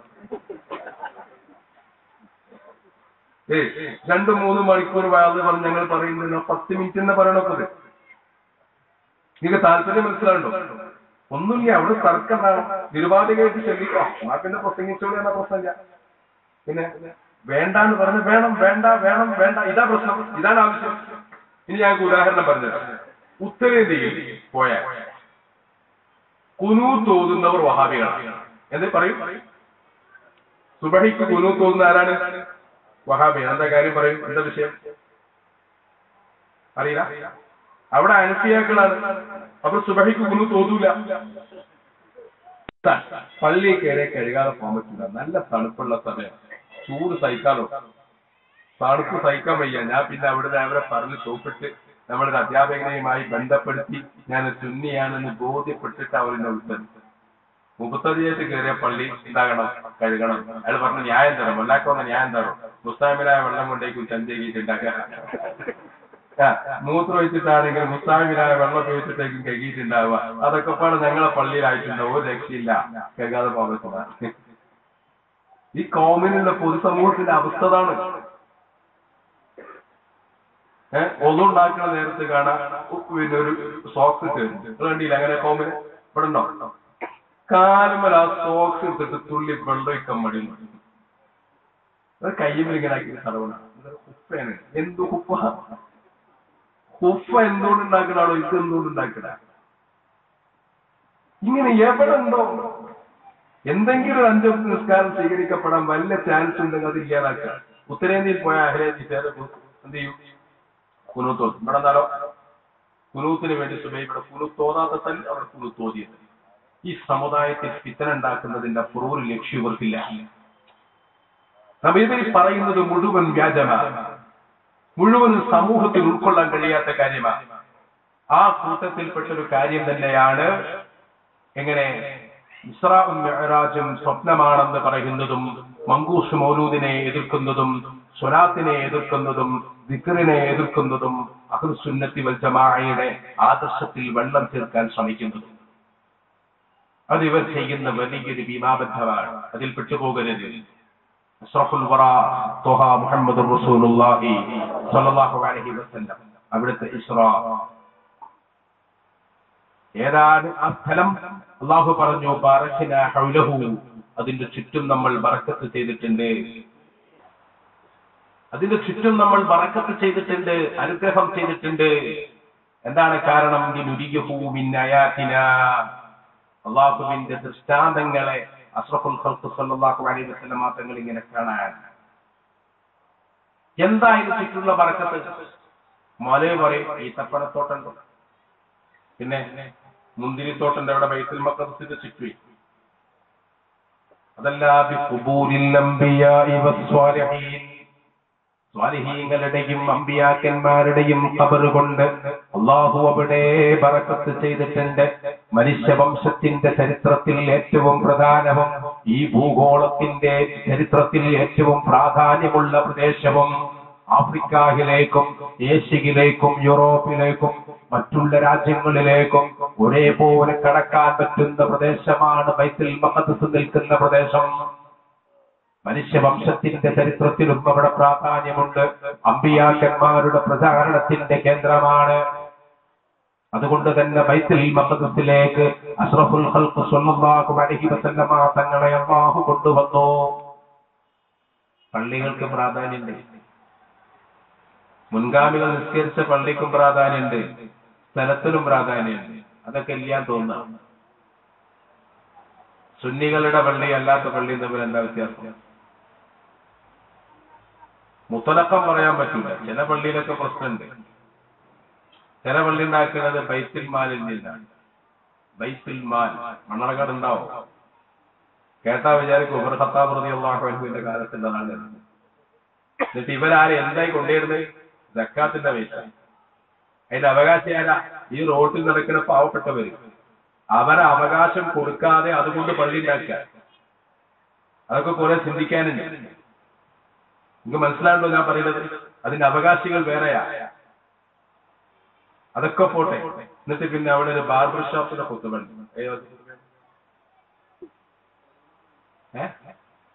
ബാർബർ ഷോപ്പിന് തിരിയണ കുത്തുബാന്ന് ഖത്തീബ് വരും വെള്ളിയാഴ്ച. എന്നിട്ടോ മാസ്റ്ററെ വിളിച്ചൊന്നുമില്ല.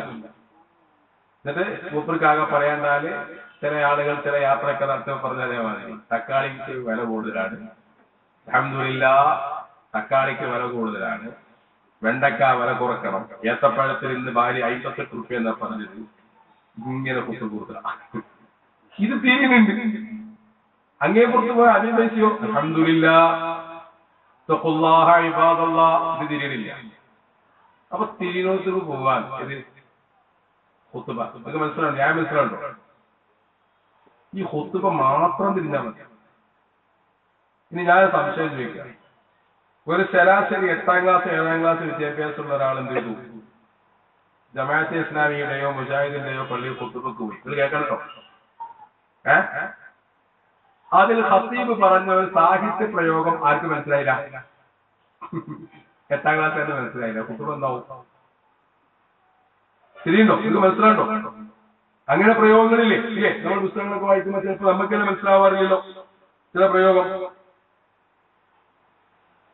അപ്പൊ ഈ ഖത്തീബ് പറഞ്ഞതിന് ഉദ്ദേശം മനസ്സിലായില്ല, ഭാഷാർക്ക് മനസ്സിലായില്ല. എന്താ കാട്ടില്ലേ?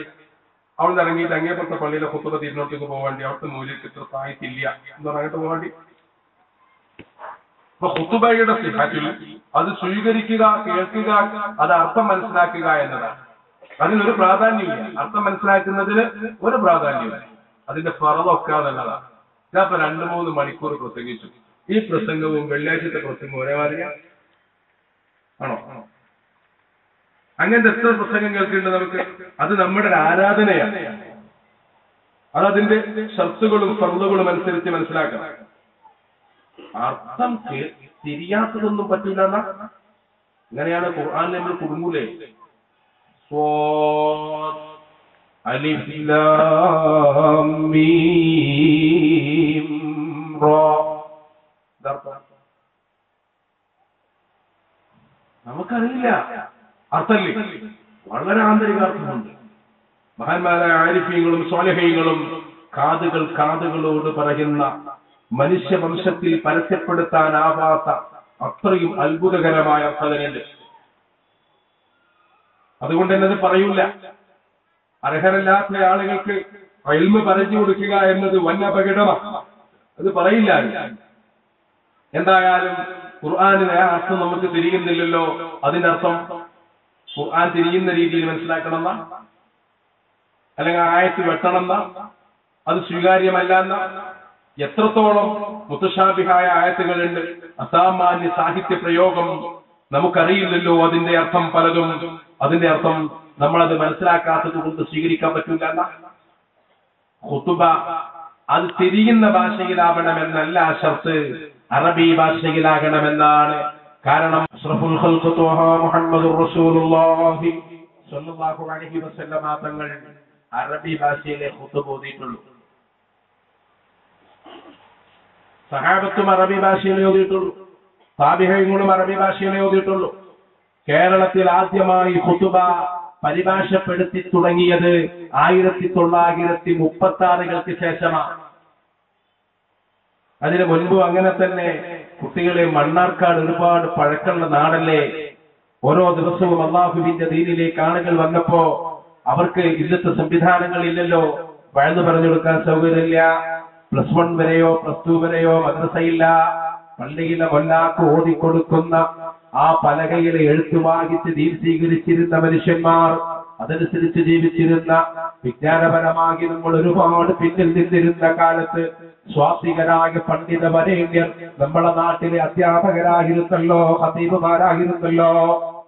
അവരതിന് മുൻപും പിൻപും പറഞ്ഞു കൊടുത്തിട്ടുണ്ട്. ഖുതുബയുടെ സമയം എത്തിക്കഴിഞ്ഞാൽ അവരത് അറബി ഭാഷയിൽ തന്നെയാണ് നിർവഹിക്കുന്നത്. കാരണം അതിന്റെ അർത്ഥം മനുഷ്യൻ മനസ്സിലാക്കണമെന്നത് നിർബന്ധമില്ല. മറിച്ച് അതിന്റെ ഷർത്ത് അറബി ഭാഷയിലായിരിക്കലാണ്. ആരാധനകൾക്ക് പോലും അതിന്റെ വിശുദ്ധമായ ലക്ഷ്യം മുന്നിൽ വെക്കാതെ, അതിന്റെ വിശുദ്ധമായ ഉദ്ദേശം മുന്നിൽ വെക്കാതെ നമ്മൾ ഓപ്പറേറ്റിൽ പരിഭാഷപ്പെടുത്തുന്നതാണ്.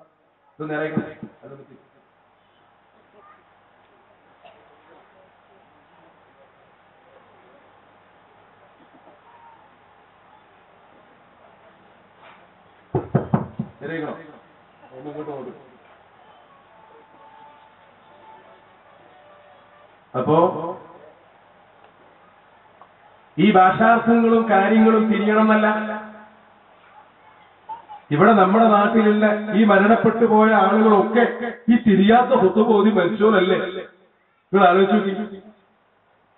സഹാബത്ത് റളിയല്ലാഹു അൻഹുവിന്റെ കാലം മുതൽ ഇന്ന് വരെയുള്ള മുസ്ലിം സമൂഹത്തിൽ ഇത് തിരിയാതെ മരിച്ചു പോയതില്ലേ? അല്ല, ചില ആൾക്കാർ ഇവിടുന്ന് ഗൾഫിലേക്ക് ഹജ്ജിനോരുണ്ടല്ലോ അല്ലെ, ജോലിക്ക് പോലുണ്ട്. അവിടെ അറബി ഖുതുബ ഓതുന്നത്. ഇവന്റെ ജുമ എന്തായിട്ടുണ്ടോ?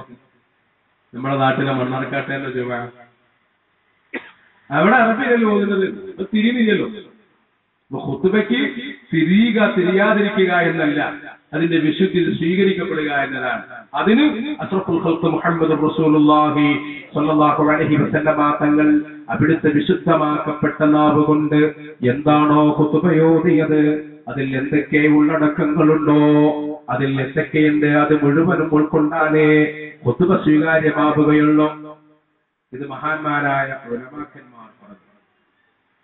ഇനിയും ഒരുപാട് പ്രശ്നങ്ങൾ ഇതിൽ പ്രതിപാദിക്കാനുണ്ട്. ഞാൻ പറഞ്ഞു വരുന്നത് ഇത്തരം ചില കാര്യങ്ങളുടെ പേര്, ഇത്തരം ചില പ്രഭാഷണങ്ങളുടെ പേര്, ഇത്തരം ചില മസ്തിഷ്ക പ്രക്ഷാളനത്തിന്റെ പേര് നവോത്ഥാനം എന്നൊന്നുമല്ല, എന്തൊക്കെയോ പറയാന്ന. അപ്പൊ പറഞ്ഞ് എവിടെയും എത്താനാവാത്തൊരവസ്ഥ മുസ്ലിമീങ്ങളോട് പറയാം. മുസ്ലിമീങ്ങളോട് ആവശ്യമില്ലാത്ത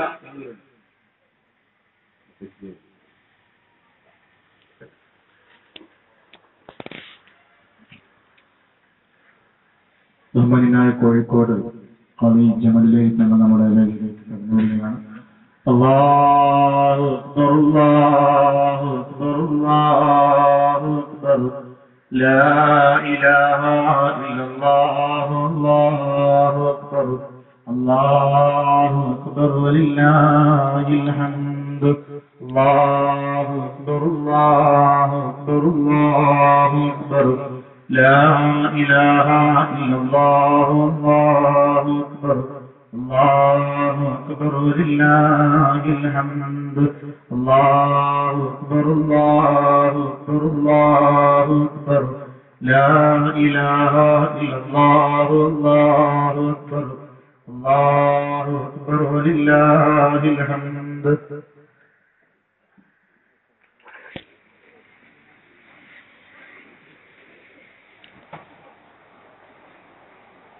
അപ്പോ സ്വാഭാവികമായും ഇത്തരം ആവശ്യമില്ലാത്ത വാദം, ആവശ്യമില്ലാത്ത ഓരോന്ന് പറയാം, പുതിയതെന്തെങ്കിലും പറയാം. അങ്ങനെ നമ്മുടെ പാരമ്പര്യമായി സ്വഹാബത്ത് റളിയല്ലാഹു അൻഹും കേരളക്കരയിൽ പ്രചരിപ്പിച്ച ഈ പുണ്യദീനിന്റെ യഥാർത്ഥ മുഖം ഇല്ലായ്മ ചെയ്യുക അത്ര നല്ലതല്ല.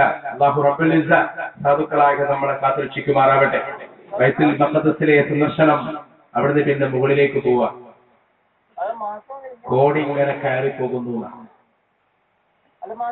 അവിടെ ബൈത്തുൽ മഖ്ദിസിൽ അഷ്റഫുൽ ഖൽഖ് മുഹമ്മദ് റസൂലുള്ളാഹി സ്വല്ലല്ലാഹു അലൈഹി വസല്ലമ തങ്ങൾ എത്തിയത് ബുറാഖിൽ കയറിയിട്ടാണ്.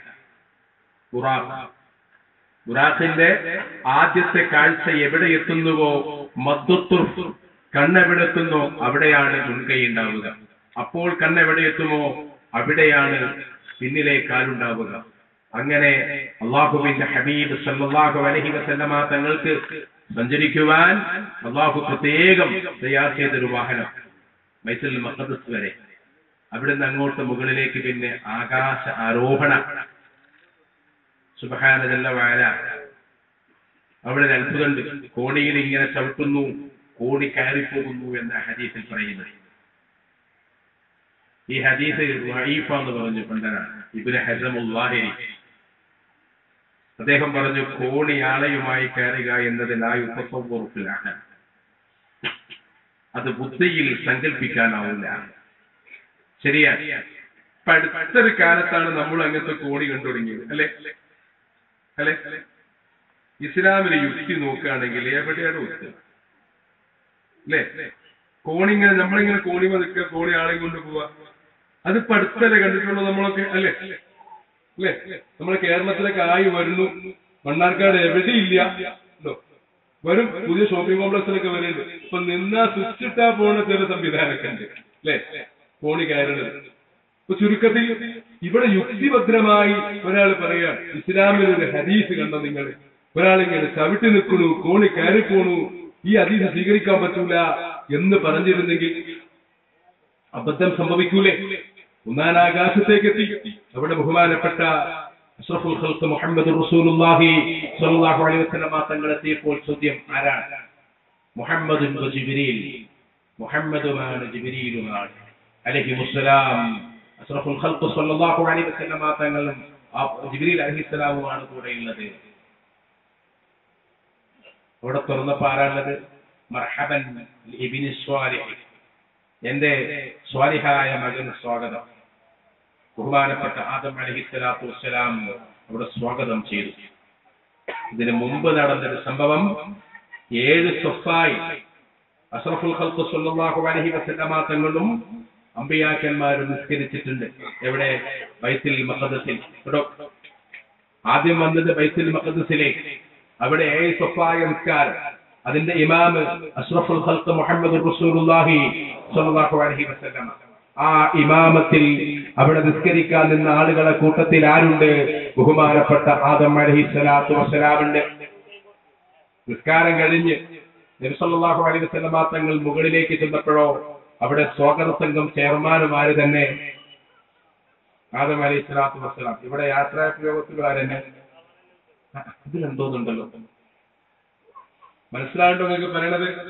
യാത്രാപ്രയോഗത്തിലും ആരെന്നെ അതിനെ വിധിച്ചതാണ്. അവിടെ നിന്നപ്പോ സ്വാഗത സംഘ ചെയർമാനുമാരെന്നെ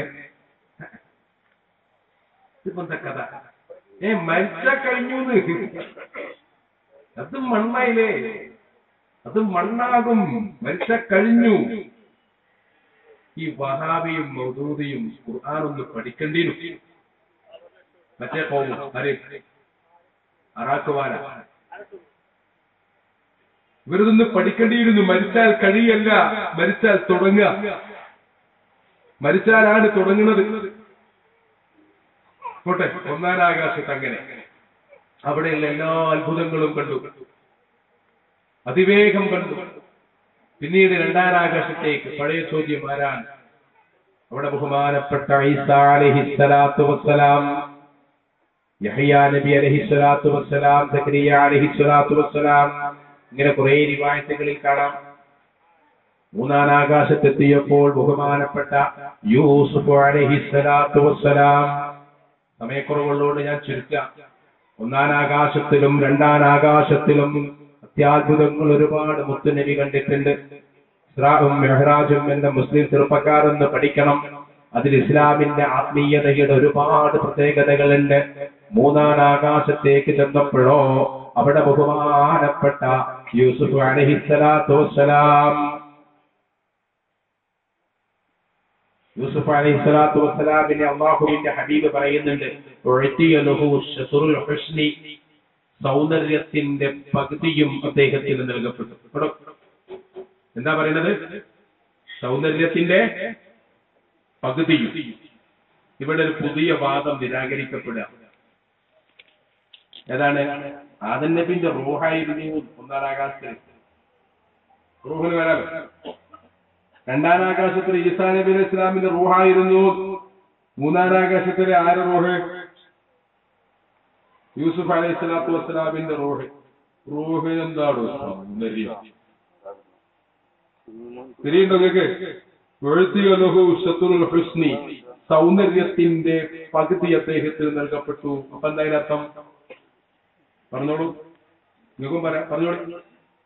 ശരീരവും ഉണ്ടായിരുന്നു. മനസ്സിലാണ്ടോ? മൂന്നാം ആകാശത്ത് ഉണ്ടായിരുന്ന ഏതാണ്? ശരീരം തന്നെ. ഈ ശരീരം എവിടെ ഉണ്ടായിരുന്നു? ബൈത്തുൽ മഖ്ദിസിൽ ഉണ്ടായിരുന്നു. സൗന്ദര്യം വിരൂപത എന്നൊക്കെ പറയുന്നത് ശരീര പ്രാധാന്യ, ആത്മപ്രാധാന്യമല്ല. ഒരാള് പെണ്ണ് കാണാൻ പോയിട്ടുള്ള സൗന്ദര്യമുള്ള ആരെ റൂഹ് നോക്കിയിട്ട, അല്ലെങ്കിൽ അയാൾ സൗന്ദര്യമുള്ള മനസ്സിലാണ് നമ്മൾ പറയല് റൂഹ് നോക്കിയിട്ട, ശരീരം നോക്കിയിട്ടാണ്. മനസ്സിലാവുണ്ടോ? ശരീര പ്രാധാന്യമാണ്. അതുകൊണ്ടാണ് സൗന്ദര്യത്തിന്റെ പകുതി അദ്ദേഹത്തിന് നൽകപ്പെട്ടു എന്ന് പറഞ്ഞത്. അഷ്റഫുൽ ഖൽഖ് സല്ലല്ലാഹു അലൈഹി വസല്ലമ അവിടെ കണ്ടപ്പോഴാണ് ഇതാ നമ്മൾ പറയുന്നുള്ളൂ. ഈ റൂഹിന് റൗഹോടുകൂടിയും ജസദോടുകൂടിയും അല്ലാഹുവിന്റെ അമ്പിയാക്കന്മാർക്ക് വരാൻ സാധിക്കും. ഉലമാ ഉമ്മത്തി കഅംബിയാ ബനി ഇസ്രായീൽ. ബഹുമാനപ്പെട്ട ഗൗസുൽ ആലം ശൈഖ് മുഹയ്യിദ്ദീൻ അബ്ദുൽ ഖാദിർ അൽ ജീലാനി ഖദ്ദസല്ലാഹു സിർറഹുൽ അസീസിനെ പോലുള്ള മഹാദരന്മാർ ബനി ഇസ്രായീലിലെ അമ്പിയാക്കന്മാരെ പോലെയാണ്. ഇതാണ് നമ്മൾ ഖുതുബിയ്യത്ത് ചൊല്ലുന്നതിന്റെ രഹസ്യം. ശറഫ്ത ജീലാന ബിൽ മീലാദി സാകിനഹു അളംത ബിൽ ഖബ്രി ബഗ്ദാദൻ മാകിനഹു യസൂറുഹു കുല്ലു മുസ്താഖിൻ വലകിനഹു ഫി ബൈതിഹി ഖദ് യുലാഖി മുഹീദ്ദീനി. എന്താ പറയുന്നത്? ശറഫ്ത ജീലാന ബിൽ മീലാദി സാകിനഹു, അങ്ങയുടെ താമസസ്ഥലമായ ജീലാനിൽ ജനിച്ചതുകൊണ്ടങ്ങ് ആ നാട് പരിശുദ്ധിയുള്ളതായി. അങ്ങനെ തന്നെയല്ലേ കാര്യപ്പെട്ട ആളുകൾ ജനിക്കുന്ന രാജ്യത്തിന് ഒരു പവിത്രത ഉണ്ടാവുമല്ലോ. അല്ലംത ബിൽ ഖബരി ബഗ്ദാദന്ന മാകിനഹു, ബഗ്ദാദിന്റെ മണ്ണ് അങ്ങയുടെ ഖബർ കൊണ്ട് മനോഹരമായി. എന്നാൽ യസൂറുഹു, അവിടുത്തെ സന്ദർശിക്കും.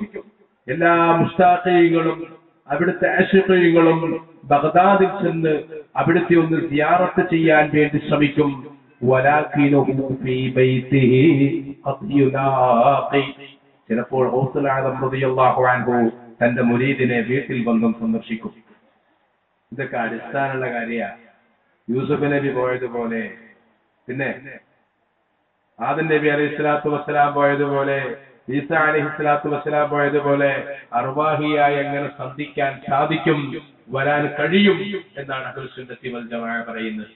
ഇതുമായി ബന്ധപ്പെട്ട് ചിന്തിച്ച് പരിശോധിക്കുമ്പോൾ നമ്മുടെ വിശ്വാസവും നമ്മുടെ കർമ്മവും മഹാധരന്മാരായ ഉലമാക്കന്മാർ നമ്മളെ പഠിപ്പിച്ചതും കുറ്റമറ്റതും ആർക്കും നിഷേധിക്കാനാവാത്തതും പരിശുദ്ധമായ ഉറവിടത്തിൽ നിന്നുള്ളതുമാണ്. അതിൽ കലർപ്പില്ല, ഭൗതികതയില്ല, ഭൗതിക താല്പര്യങ്ങളില്ല, ദുർവ്യാഖ്യാനങ്ങളില്ല, നേതൃമോഹമില്ല. വിശുദ്ധാത്മാക്കളായ മഹാപണ്ഡിത വരേണ്യർ നമ്മൾ അള്ളാഹുവിന്റെ ദീൻ പഠിപ്പിച്ചു തന്നവർ തീർത്തും വിശുദ്ധിയുടെ അടയാളങ്ങളാണ്. അള്ളാഹു റബ്ബുൽ ഇസ്സ അവരൊക്കെ പഠിപ്പിച്ചത് പഠിക്കാനുള്ള തൗഫീഖ് സാധുക്കളായ നമുക്ക് നൽകുമാറാവട്ടെ.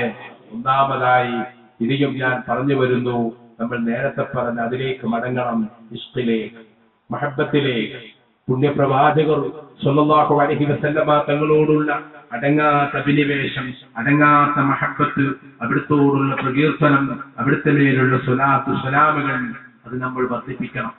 ഖൽബിനുണ്ടാകുന്ന ഒരു വികാര, മുസ്ലിമിന്റെ കാര്യമായ വോൾട്ടേജ് നബി സ്വല്ലല്ലാഹു അലൈഹി വസല്ലമ തങ്ങളോടുള്ള മഹബത്താണ്. പറയാതിരിക്കാൻ വയ്യ. അത് നിങ്ങൾ ചിന്തിച്ചു നോക്കൂ.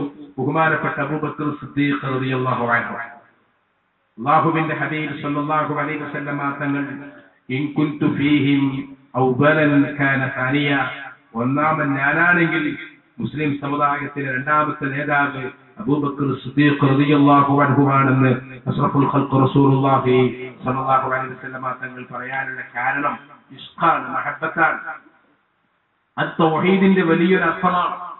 അബൂബക്കർ സിദ്ദീഖ് റളിയല്ലാഹു അൻഹുവിന്റെ മുത്തുനബി സ്വല്ലല്ലാഹു അലൈഹി വസല്ലമ തങ്ങളുമായുള്ള സംഭാഷണത്തെ ഉമർ ഇബ്നു ഖത്താബ് റളിയല്ലാഹു അൻഹു പറയുന്നുണ്ട്, ഒരു ദിവസം ഞാൻ അബൂബക്കർ സിദ്ദീഖ് റളിയല്ലാഹു അൻഹുവും തുഹാ സ്വല്ലല്ലാഹു അലൈഹി വസല്ലമ തങ്ങളും ഇരിക്കുന്നിടത്തേക്ക് ചെന്നു.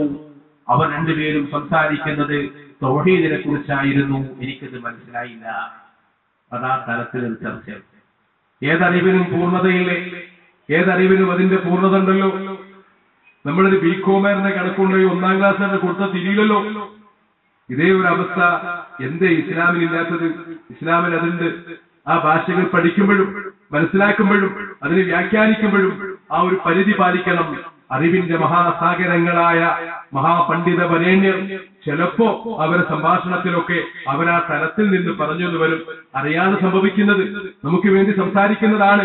പക്ഷേ ചിലപ്പോഴെങ്കിലും അവരാ വൈജ്ഞാനിക തലത്തിൽ നിന്ന് അവരുടെ ആ വളർച്ചയിൽ നിന്ന് യോജിച്ചൊരു പദപ്രയോഗം ചിലപ്പോൾ ഉണ്ടായി എന്ന് വരും. അത് ദുർവ്യാഖ്യാനം ചെയ്യരുത്. അത് അവരുടെ അറിവിന്റെ ആഴമാണ്. ഞാൻ പറയുന്നത് സിദ്ദീഖ് റളിയല്ലാഹു അൻഹുവും അല്ലാഹുവിന്റെ ഹബീബ് സ്വല്ലല്ലാഹു അലൈഹി വസല്ലമ തങ്ങളും വിട്ടുപിരിയാനാകാത്തൊരു മഹബത്ത്. അതെന്താ സംഭവം? ഹബ്ബ് സൃഷ്ടിക്കുന്ന ഒരു വല്ലാത്ത ലോകമാണ്. ഹുബ്ബും മഹബൂബും, ഹബീബും ഹുബ്ബും മഹബൂബും സന്ധിക്കുന്ന വല്ലാത്തൊരു ആത്മീയാവസ്ഥ. ഷൗഖി പറഞ്ഞതുപോലെ മദാ അഖൂലു വമാ ഇഫ്ളാതി ഫീ ഖലമി ഫഇന്ന മദ്ഹക ഫൗകൽ വസ്ബി വൽ കലിമി. എന്തു പറയും ഞാൻ, എന്തെഴുതും ഞാൻ, എങ്ങനെ വർണ്ണിക്കാനാവും അങ്ങയുടെ പ്രകീർത്തനങ്ങൾ പ്രഭോ? പറയാനും എഴുതാനും സാധിക്കാത്തതാണല്ലോ. ലകിന്നഹു ലുഗതൽ ഉശാഖി യുർസിലുഹാ ഇലൽ ഹബീബില്ലദി നജാ മിനൽ ളമി. എന്നാലും ഞങ്ങൾ ഈ പറയുന്ന പ്രയോഗം, ഞങ്ങൾ നടത്തുന്ന വർണ്ണന, അത് ഇരുട്ടിൽ നിന്ന് ഞങ്ങളെ രക്ഷപ്പെടുത്തിയ പുണ്യപ്രവാചകരിലേക്ക് അവിടുത്തെ ആശിഖ്യങ്ങൾ പറഞ്ഞേക്കുന്ന ചില പ്രയോഗങ്ങളാണ്. ഈ മഹബത്ത് അല്ലാതെ ഹബീബിനെ പ്രകീർത്തിക്കുകയും മദഹ് ചെയ്യുകയും ചെയ്തവർ ഇഷ്കിലും ഹുബ്ബിലും ലയിച്ച് ജീവിതം മറന്നവരാ. ഇമാം ബുസ്രിയെ പോലെ, ഇമാം നസ്റുദ്ദീൻ ദിമശ്കിയെ പോലെ, മഹാന്മാരായ ആശിഖീകളെ പോലെ ആ പട്ടിക വളരെ വലുതാണ്. ഞാൻ ദീർഘിപ്പിച്ച് പറയുന്നില്ല. ഏതായാലും സ്നേഹിക്കുക എന്നത് ഹൃദയത്തിന്റെ ഒരു ഇബാദത്താണ്. അത് ഖൽബ് കൊണ്ടുണ്ടാകേണ്ടതാണ്. അത് അടുക്കുകയും മനസ്സിലാക്കുകയും ചെയ്തുകൊണ്ടുണ്ടാവേണ്ടതാണ്. എന്റെ പ്രിയപ്പെട്ട സഹോദരന്മാരോട്, ഇഷ്കിന്റെയും ഹബ്ബിന്റെയും മനോഹരമായ ഒരു ലോകം നമുക്ക് മുന്നിലുണ്ട്. അത് തുറക്കപ്പെടണം. ഇബാദത്തുകൾ ചെയ്യണം. മശായിഖന്മാരുടെ, സ്വാലിഹീങ്ങളുടെ, ആരിഫീങ്ങളുടെ അവർ പഠിപ്പിച്ച വിശുദ്ധമായ ദീനിന്റെ കലർപ്പില്ലാത്ത വശങ്ങൾ സ്വീകരിച്ചുകൊണ്ട് നമുക്ക് മുന്നോട്ട് പോകാൻ സാധിക്കണം. ഞാൻ ഓർത്തുപോകുന്നു, ഇസ്ലാം മതം അള്ളാഹുവിന്റെ ഹബീബ് സ്വല്ലല്ലാഹു അലൈഹി വസല്ലം സഫാക്കുന്നിന്റെ ചെരുവിലെ അർഖം ഇബ്നു അബീ അർഖമിന്റെ ചെറിയ കുടിലിൽ പ്രചരിപ്പിക്കുന്ന കാലം 5 വർഷത്തെ പ്രബോധന ഫലമായി നബി സല്ലല്ലാഹു അലൈഹി വസല്ലം തങ്ങൾക്ക് കിട്ടിയത് ആകെ 50 ആളുകളെ. പ്രബോധകന്മാരായ കുട്ടികൾ മനസ്സിലാക്കണം, അല്ലാഹുവിന്റെ ദീനിന്റെ ഖാദിമീങ്ങൾ, സത്യം പ്രചരിപ്പിക്കാൻ ശ്രമിക്കുന്നവർ, ആൾക്കൂട്ടങ്ങളെ ആകർഷിക്കാൻ കഴിഞ്ഞുകൊള്ളണമെന്നില്ല. പുണ്യപ്രവാചകർ സല്ലല്ലാഹു അലൈഹി വസല്ലം 5 വർഷം ദീനീ പ്രബോധനം നടത്തിയപ്പോൾ അവിടുത്തെ സബിതത്തിൽ അർഖം ഇബ്നു അബീ അർഖമിന്റെ ചെറിയ കുടിലിൽ അന്ന് സന്ധിച്ചിരുന്നത് 50 ആളുകളാണ്. ആ 50 ആളുകളിൽപ്പെട്ട പ്രധാനിയായ സിദ്ദീഖുൽ അക്ബർ റളിയല്ലാഹു അൻഹു സർവ്വരാജും സ്വീകാര്യരാണ്. മക്കയിലും മദീനയിലും അവിടുത്തെ അവസ്ഥ അത് തന്നെയാണ്. ജന്മനാടായിരുന്ന മക്കയിലും അതാണ്. ആ വ്യക്തിത്വവും സ്വഭാവവും എല്ലാവരും അംഗീകരിക്കാറുണ്ടായിരുന്നു. ബഹുമാനപ്പെട്ട അബൂബക്കർ സിദ്ദീഖ് റളിയല്ലാഹു അൻഹു അഷ്റഫുൽ ഖൽഖ് സല്ലല്ലാഹു അലൈഹി വസല്ലം തങ്ങളോട് പറഞ്ഞു, നബിയേ, നമ്മൾ ഈ പറയുന്ന സത്യം, നമ്മൾ ഈ പറയുന്ന തൗഹീദ് ഒരിക്കലെങ്കിലും കഅബത്തിന്റെ മുൻപിൽ വെച്ചൊന്ന് പ്രസംഗിക്കുവാൻ അങ്ങനെക്കൊന്ന് സമ്മതം തരുമോ നബിയേ? ഒരിക്കലെങ്കിലും ഒന്ന് സമ്മതം തരുമോ? എത്രയോ ആവർത്തി ചോദിച്ചു. നബി സല്ലല്ലാഹു അലൈഹി വസല്ലം തങ്ങളൊന്നും പറഞ്ഞില്ല. വീണ്ടും വീണ്ടും ആവർത്തിച്ച് ചോദിച്ചപ്പോൾ പ്രിയപ്പെട്ട സുഹൃത്തിനോടുള്ള, പ്രിയപ്പെട്ട സഹാബിയോടുള്ള കാരുണ്യം കാരണമായി ആ നിർബന്ധത്തിന് വഴങ്ങി നബി സല്ലല്ലാഹു അലൈഹി വസല്ലം തങ്ങൾ സമ്മതം കൊടുത്തു. ചരിത്രം പറയുന്നുണ്ട്, സിദ്ദീഖ് റളിയല്ലാഹു അൻഹു അത്യാവേശത്തോടെ ഓടി കിതച്ചാണ് കഅബാലയത്തിന്റെ മുന്നിൽ വന്നത്. സമ്മതം കിട്ടിയപ്പോൾ കാത്തിരുന്നില്ല, അവസരം കാത്തിരുന്നില്ല, പതുക്കെ നടക്കാൻ കഴിയുന്നില്ല. മോഹിച്ചൊരു കാര്യമാ. ദാറുൽ അർഖമിന്റെ ഉള്ളിൽ നിന്ന് പുറത്തു വന്ന് കഅബാലയത്തിന്റെ മുന്നിൽ വെച്ച് മക്ക മുശ്രിക്കീങ്ങളുടെ മുഖത്ത് നോക്കി തൗഹീദ് പ്രസംഗിക്കണമെന്നത് സിദ്ദീഖുൽ അക്ബർ റളിയല്ലാഹു അൻഹുവിന്റെ മനോഹരമായ മോഹമാണ്. ഓടിക്കിതച്ചു വന്നു. പൂക്കുവയിൽ കൊണ്ടിരിക്കുന്ന മക്ക മുശ്രിക്കീങ്ങൾ അതിന്റെ വടക്ക് ഭാഗത്ത് ഉയർന്നു നിൽക്കുന്ന പാറക്കെട്ട്, അതിന്റെ മുകളിൽ സിദ്ദീഖ് റളിയല്ലാഹു അൻഹു കയറി മനോഹരമായ പ്രസംഗം കേൾക്കാൻ ആളുകൾ കൂടിക്കൂടി വന്നു. ജനക്കൂട്ടം മെല്ലെ മെല്ലെ അടുത്തേക്ക് വന്നു. അതിന്റെ ശബ്ദം സിദ്ദീഖ് റളിയല്ലാഹു അൻഹുവിന്റെ പ്രത്യേകതയാണ്. ഗോതമ്പിന്റെ വർണ്ണമാണ്. അസീനുൽ ഖൽതൈൻ, കബളധികം തടിച്ചിട്ടില്ലാത്ത ഒരു മനോഹരമായ ദൃശ്യമാണ്. അതിങ്ങനെയും വളരെ പതുക്കെ സംസാരിക്കുന്ന പ്രകൃതമാണ്. അറിയാതെ ശബ്ദം ഉയർന്നുപോയി. ആളുകൾ 4 ഭാഗത്തുനിന്നും ഓടിക്കൂടി. ജനക്കൂട്ടം പ്രസംഗം കേട്ടുകൊണ്ടിരിക്കെ അവരുടെ പിന്നിൽ നിന്നൊരു മനുഷ്യൻ എഴുന്നേറ്റു. അയാൾ ആചാരബാഹുവാണ്. ശരീരമാസകലം രോമകൂപങ്ങളുള്ള, ചുവന്ന കണ്ണുള്ള, ഒരു കറുത്ത ഭാവമുള്ള മനുഷ്യൻ എഴുന്നേറ്റു. അയാളുടെ കാലിൽ നിന്നൊരു ഷൂ വലിച്ചെടുത്തു.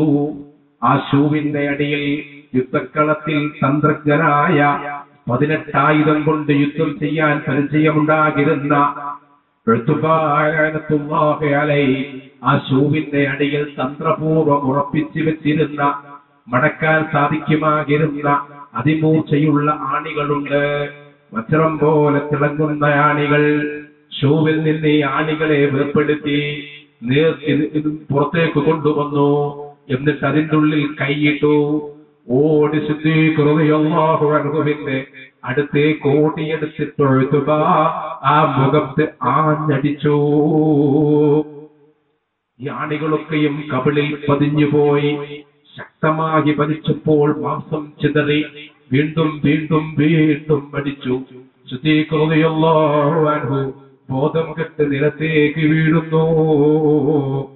ആ സമയത്ത് അവിടുന്ന് കണ്ട അവസാന കാഴ്ച, കുറച്ചകലെ മാറി നിന്ന് സൈന്യമില്ലാത്ത സൈന്യാധിപൻ, പാവപ്പെട്ടവരുടെ നേതാവ് അഷ്റഫുൽ ഖൽഖ് ത്വഹ മുഹമ്മദ് മുസ്തഫ സ്വല്ലല്ലാഹു അലൈഹി വസല്ലമ നോക്കി നിൽക്കുന്നു. അല്ലാഹുവിന്റെ ഹബീബിന്റെ നേരെ ആരോ വലിച്ചെറിയുന്ന ഒരു കല്ല്. ഇതാണ് സിദ്ദീഖ് റളിയല്ലാഹു അൻഹു അവസാനം കണ്ടത്. ബോധം കെട്ട് നിലത്ത് വീണുപോയി. ചാടി വന്നു, അരയിൽ നിന്ന് വാള് ഊരിയെടുത്തു. തല നീട്ടി മുറിക്കാതിരിക്കുമ്പോ ബനൂ ഖുഹാഫക്കാർ അബൂബക്കർ സിദ്ദീഖ് റളിയല്ലാഹു അൻഹുവിന്റെ സഹോദരന്മാർ പറഞ്ഞു, അബൂബക്കറിന് എന്തെങ്കിലും സംഭവിച്ചാൽ അല്ലാഹുവാണ് സത്യം, അബ്ദുമനാഫിന്റെ മക്കളെ ഞങ്ങൾ വെറുതെ വിടൂല, ഞങ്ങൾ തീർച്ചയായും പ്രതികരിക്കുക തന്നെ ചെയ്യും. ബനൂ ഖുഹാഫക്കാരും ബനീ ഹാഷിം മുത്തലിബുകളും തമ്മിലൊരു യുദ്ധമുണ്ടാകുമെന്നും ബനൂ ഹാഷിമികളും അതുപോലെ ബനീ ഖുഹാഫക്കാരും തമ്മിൽ ഒരു യുദ്ധമുണ്ടാകുമെന്ന് ഭയപ്പെട്ട സമയം ഉത്ബാന്റെ കഴുത്ത് ഞങ്ങൾ മുറിച്ചെടുക്കും. ഒരു ഗോത്ര യുദ്ധത്തിന്റെ പ്രതീതി ശരീരം അവസ്ഥ പന്തിയില്ലെന്ന് കണ്ടപ്പോഴേ മെല്ലെ വാളൂരി ഉത്ബ ഉറയിലേക്ക് വാൾ പിൻവലിച്ച് ഉത്ബ വാളിന്റെ ഉറയിലിട്ട് മെല്ലെ നടന്നു നീങ്ങി.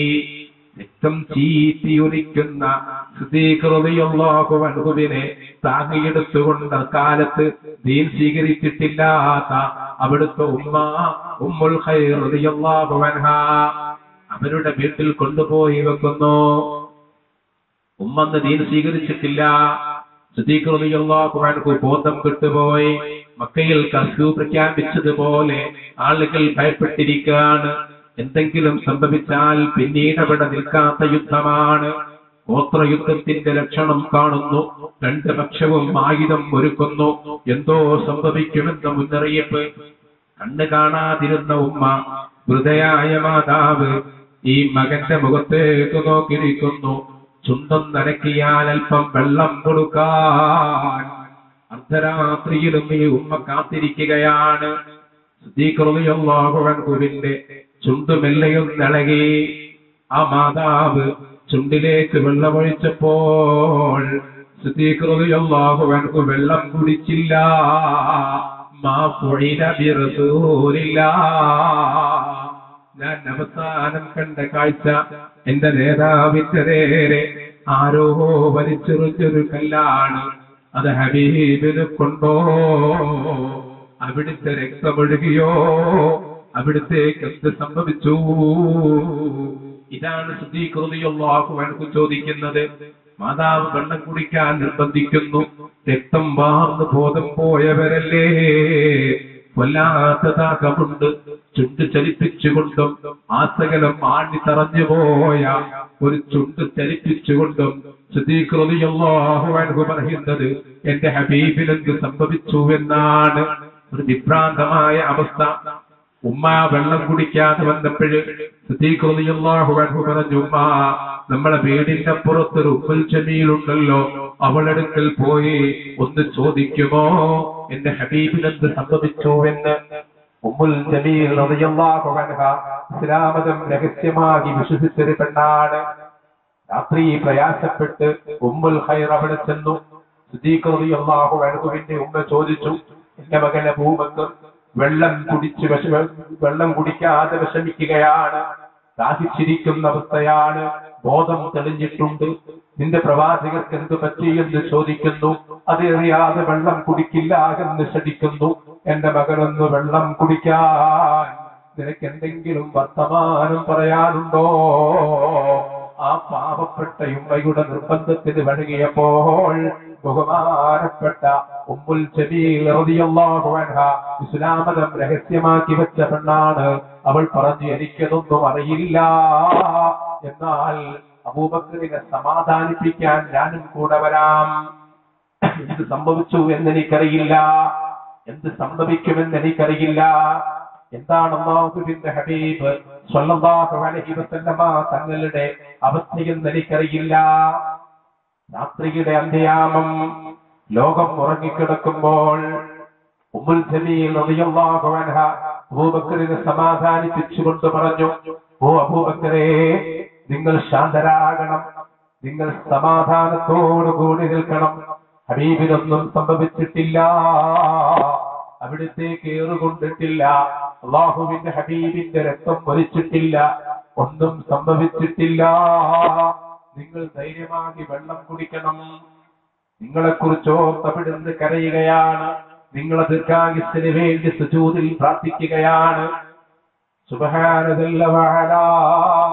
അതുവരെ തളർന്നു കിടന്നിരുന്ന അബൂബക്കർ സിദ്ദീഖ് റളിയല്ലാഹു അൻഹു ശക്തമായി എഴുന്നേൽക്കാൻ ശ്രമിച്ചുകൊണ്ട് പറഞ്ഞു, ഇനിയൊരു കാര്യമുണ്ട് കേട്ടോ, എന്റെ ഹബീബിന്റെ പരിശുദ്ധമായ കൺതടം ഞാൻ കാരണം നിറഞ്ഞുവെങ്കിൽ, എന്നെ കുറിച്ചോർത്ത് അവിടുന്ന് വിഷമിച്ചുവെങ്കിൽ, ഇനിയൊരിക്കലും ആ പുണ്യമുഖം കാണാതെ അവിടുത്തെ ശർഫാക്കപ്പെട്ട കയ്യിൽ നിന്ന് ലഭിക്കാതെ എനിക്ക് വെള്ളം കുടിക്കാനാവില്ല. തളർന്ന കാലുകൾ നിലത്തോടെ വലിച്ചഴച്ച് ഉമ്മയുടെ തോളിൽ കൈവച്ച് ഉമ്മുൽ ജമീലിന്റെ സഹായം സ്വീകരിച്ച് അന്ന് ഇരുട്ടിൽ അടച്ചിട്ടിരുന്ന അർഖമിന്റെ കുടിലിൽ മെല്ലെ തട്ടി വിളിച്ചുണർത്തി അല്ലാഹുവിന്റെ ഹബീബ് സല്ലല്ലാഹു അലൈഹി വസല്ലം അപ്പോഴും ഉറങ്ങിയിരുന്നില്ല. റളിയല്ലാഹു അൻഹു ആ മുഖം കണ്ടപ്പോഴ്, അതിൽ ഒലിച്ചുകാ രക്തപ്പാടുകൾ കണ്ടപ്പോഴ് അല്ലാഹുവിന്റെ ഹബീബ് സല്ലല്ലാഹു അലൈഹി വസല്ലം തങ്ങൾക്ക് വിഷമം സഹിക്കവയ്യ. അവിടുത്തെ മുജിസത്തായി കാണാം. രണ്ട് കൈകൾ കൊണ്ട് ആ മുഖത്ത് തടവിയപ്പോൾ ആ നിമിഷം മുറിവ് പോയെന്നും അവിടെ കരകളുണ്ടാകില്ല എന്നും ചരിത്രം രേഖപ്പെടുത്തുന്നുണ്ട്. ആ ചോര കളർന്ന ചുണ്ടിലേക്ക് മുറിവായ ശരീരം പൊട്ടി ആണികൾ കൂത്ത ആണികൾ തറച്ച കവിളിലേക്കും ചുണ്ടിലേക്കും മടിയിൽ കിടത്തി നബി സല്ലല്ലാഹു അലൈഹി വസല്ലം തങ്ങൾ വെള്ളമൊഴിച്ചു കൊടുത്തു. സിദ്ദീഖ് റളിയല്ലാഹു അൻഹു അങ്ങനെയാണ് ആ ഹബ്ബ് ആ ഇസ്തഹദത്ക അലിയല സിബി മുസ്തജിരി അനിൽ ഹുശാതി ബലാ ദാഇബി മുൻസജിമി. ഞങ്ങൾക്കൊന്നും മറക്കാനില്ല, നിങ്ങൾക്ക് എന്ത് വേണമെങ്കിലും പറയാം. എനിക്കൊന്നും മറക്കാനില്ല, എന്റെ അവസ്ഥ ഞാൻ നിങ്ങളോട് പറഞ്ഞല്ലോ.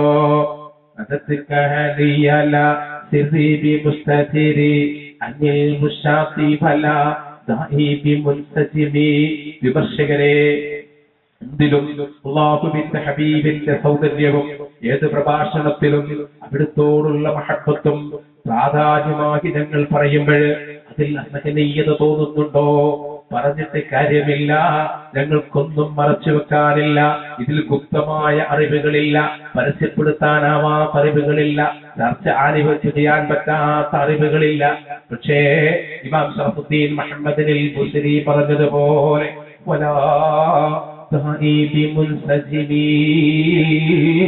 ഈ ലോകം ഉണ്ടായിപ്പോയതാണ്, ഉണ്ടാക്കാൻ കഴിയുന്നതല്ല. മഹബ്ബത്ത്, പുണ്യപ്രവാചകരോടുള്ള സ്നേഹം, അവിടുത്തോടുള്ള ഇഷ്ക്, അവിടുത്തോടുള്ള മഹബ്ബത്ത് കൽബിൽ ഉണ്ടാവേണ്ടതാണ്, ഉണ്ടാക്കാൻ സാധിക്കുന്നതല്ല. സ്നേഹം നടിക്കാനാവുന്നതല്ല, അത് കൽബിൽ ജനിക്കേണ്ടതാണ്. അൽ ഹബ്ബു ഹാലുൻ ലാ യസ്തതിഉ അൻ യുഅബ്ബിറ ബിൽ മഖാൽ. ശൈഖുൽ അഅ്ലം സയ്യിദുനാ വഹീദീൻ അബ്ദുൽ ഖാദിർ അൽ ജിലാനി ഖദ്ദസല്ലാഹു സിർറഹുൽ അസീസ് പറഞ്ഞു, അത് മനസ്സിന്റെ അടിത്തട്ടിലെ ഒരു അവസ്ഥയാണ്. ഹാലുൻ തഅല്ലുഖുൽ ഖൽബി, അത് ഹൃദയത്തിന്റെ ഒരു ബന്ധം. അതാണ് സൂഫികൾ ഹാല് എന്ന് പറയുന്നത്. അവസ്ഥ എന്നത് കൊണ്ട് ഉദ്ദേശിക്കുന്നത് ഒരു വസ്തുവിന് ഹൃദയവുമായി ഉണ്ടാകുന്ന ബന്ധം. തഅല്ലുഖുൽ ഖൽബ്, അത് മനസ്സിന്റെ ഒരു ബന്ധമാണ്. അത് പറയാനാവില്ല. ഇങ്ങനെ വരുമ്പോ, അല്ലാഹുവിന്റെ ഹബീബിനോടുള്ള മഹബ്ബത്ത് വരുമ്പോ അവർക്കാണ് ഖുശൂ ഉണ്ടാവുക, അവർക്കാണ് ഖുദൂ ഉണ്ടാവുക. വഫീ ഖദ്ദി സിദ്ദീഖിൻ ബിൽ ഖുലഫായി ഖതാനി അസ്വാദാനി മിൻ ബുകായി. സിദ്ദീഖ് റളിയല്ലാഹു അൻഹു നിസ്കരിക്കാൻ തക്ബീറത്തുൽ ഇഹ്റാം കിട്ടുമ്പോ മാംസം, പച്ച മാംസം തീയിൽ വീണ വാസന വരാറുണ്ട്. ആ ഹൃദയത്തിന്റെ അവസ്ഥ ഏതാണല്ലോ. ഏറ്റവും ഇഷ്കുള്ളവർക്കാണ് ഏറ്റവും ഖുശൂ ഉണ്ടാവുക.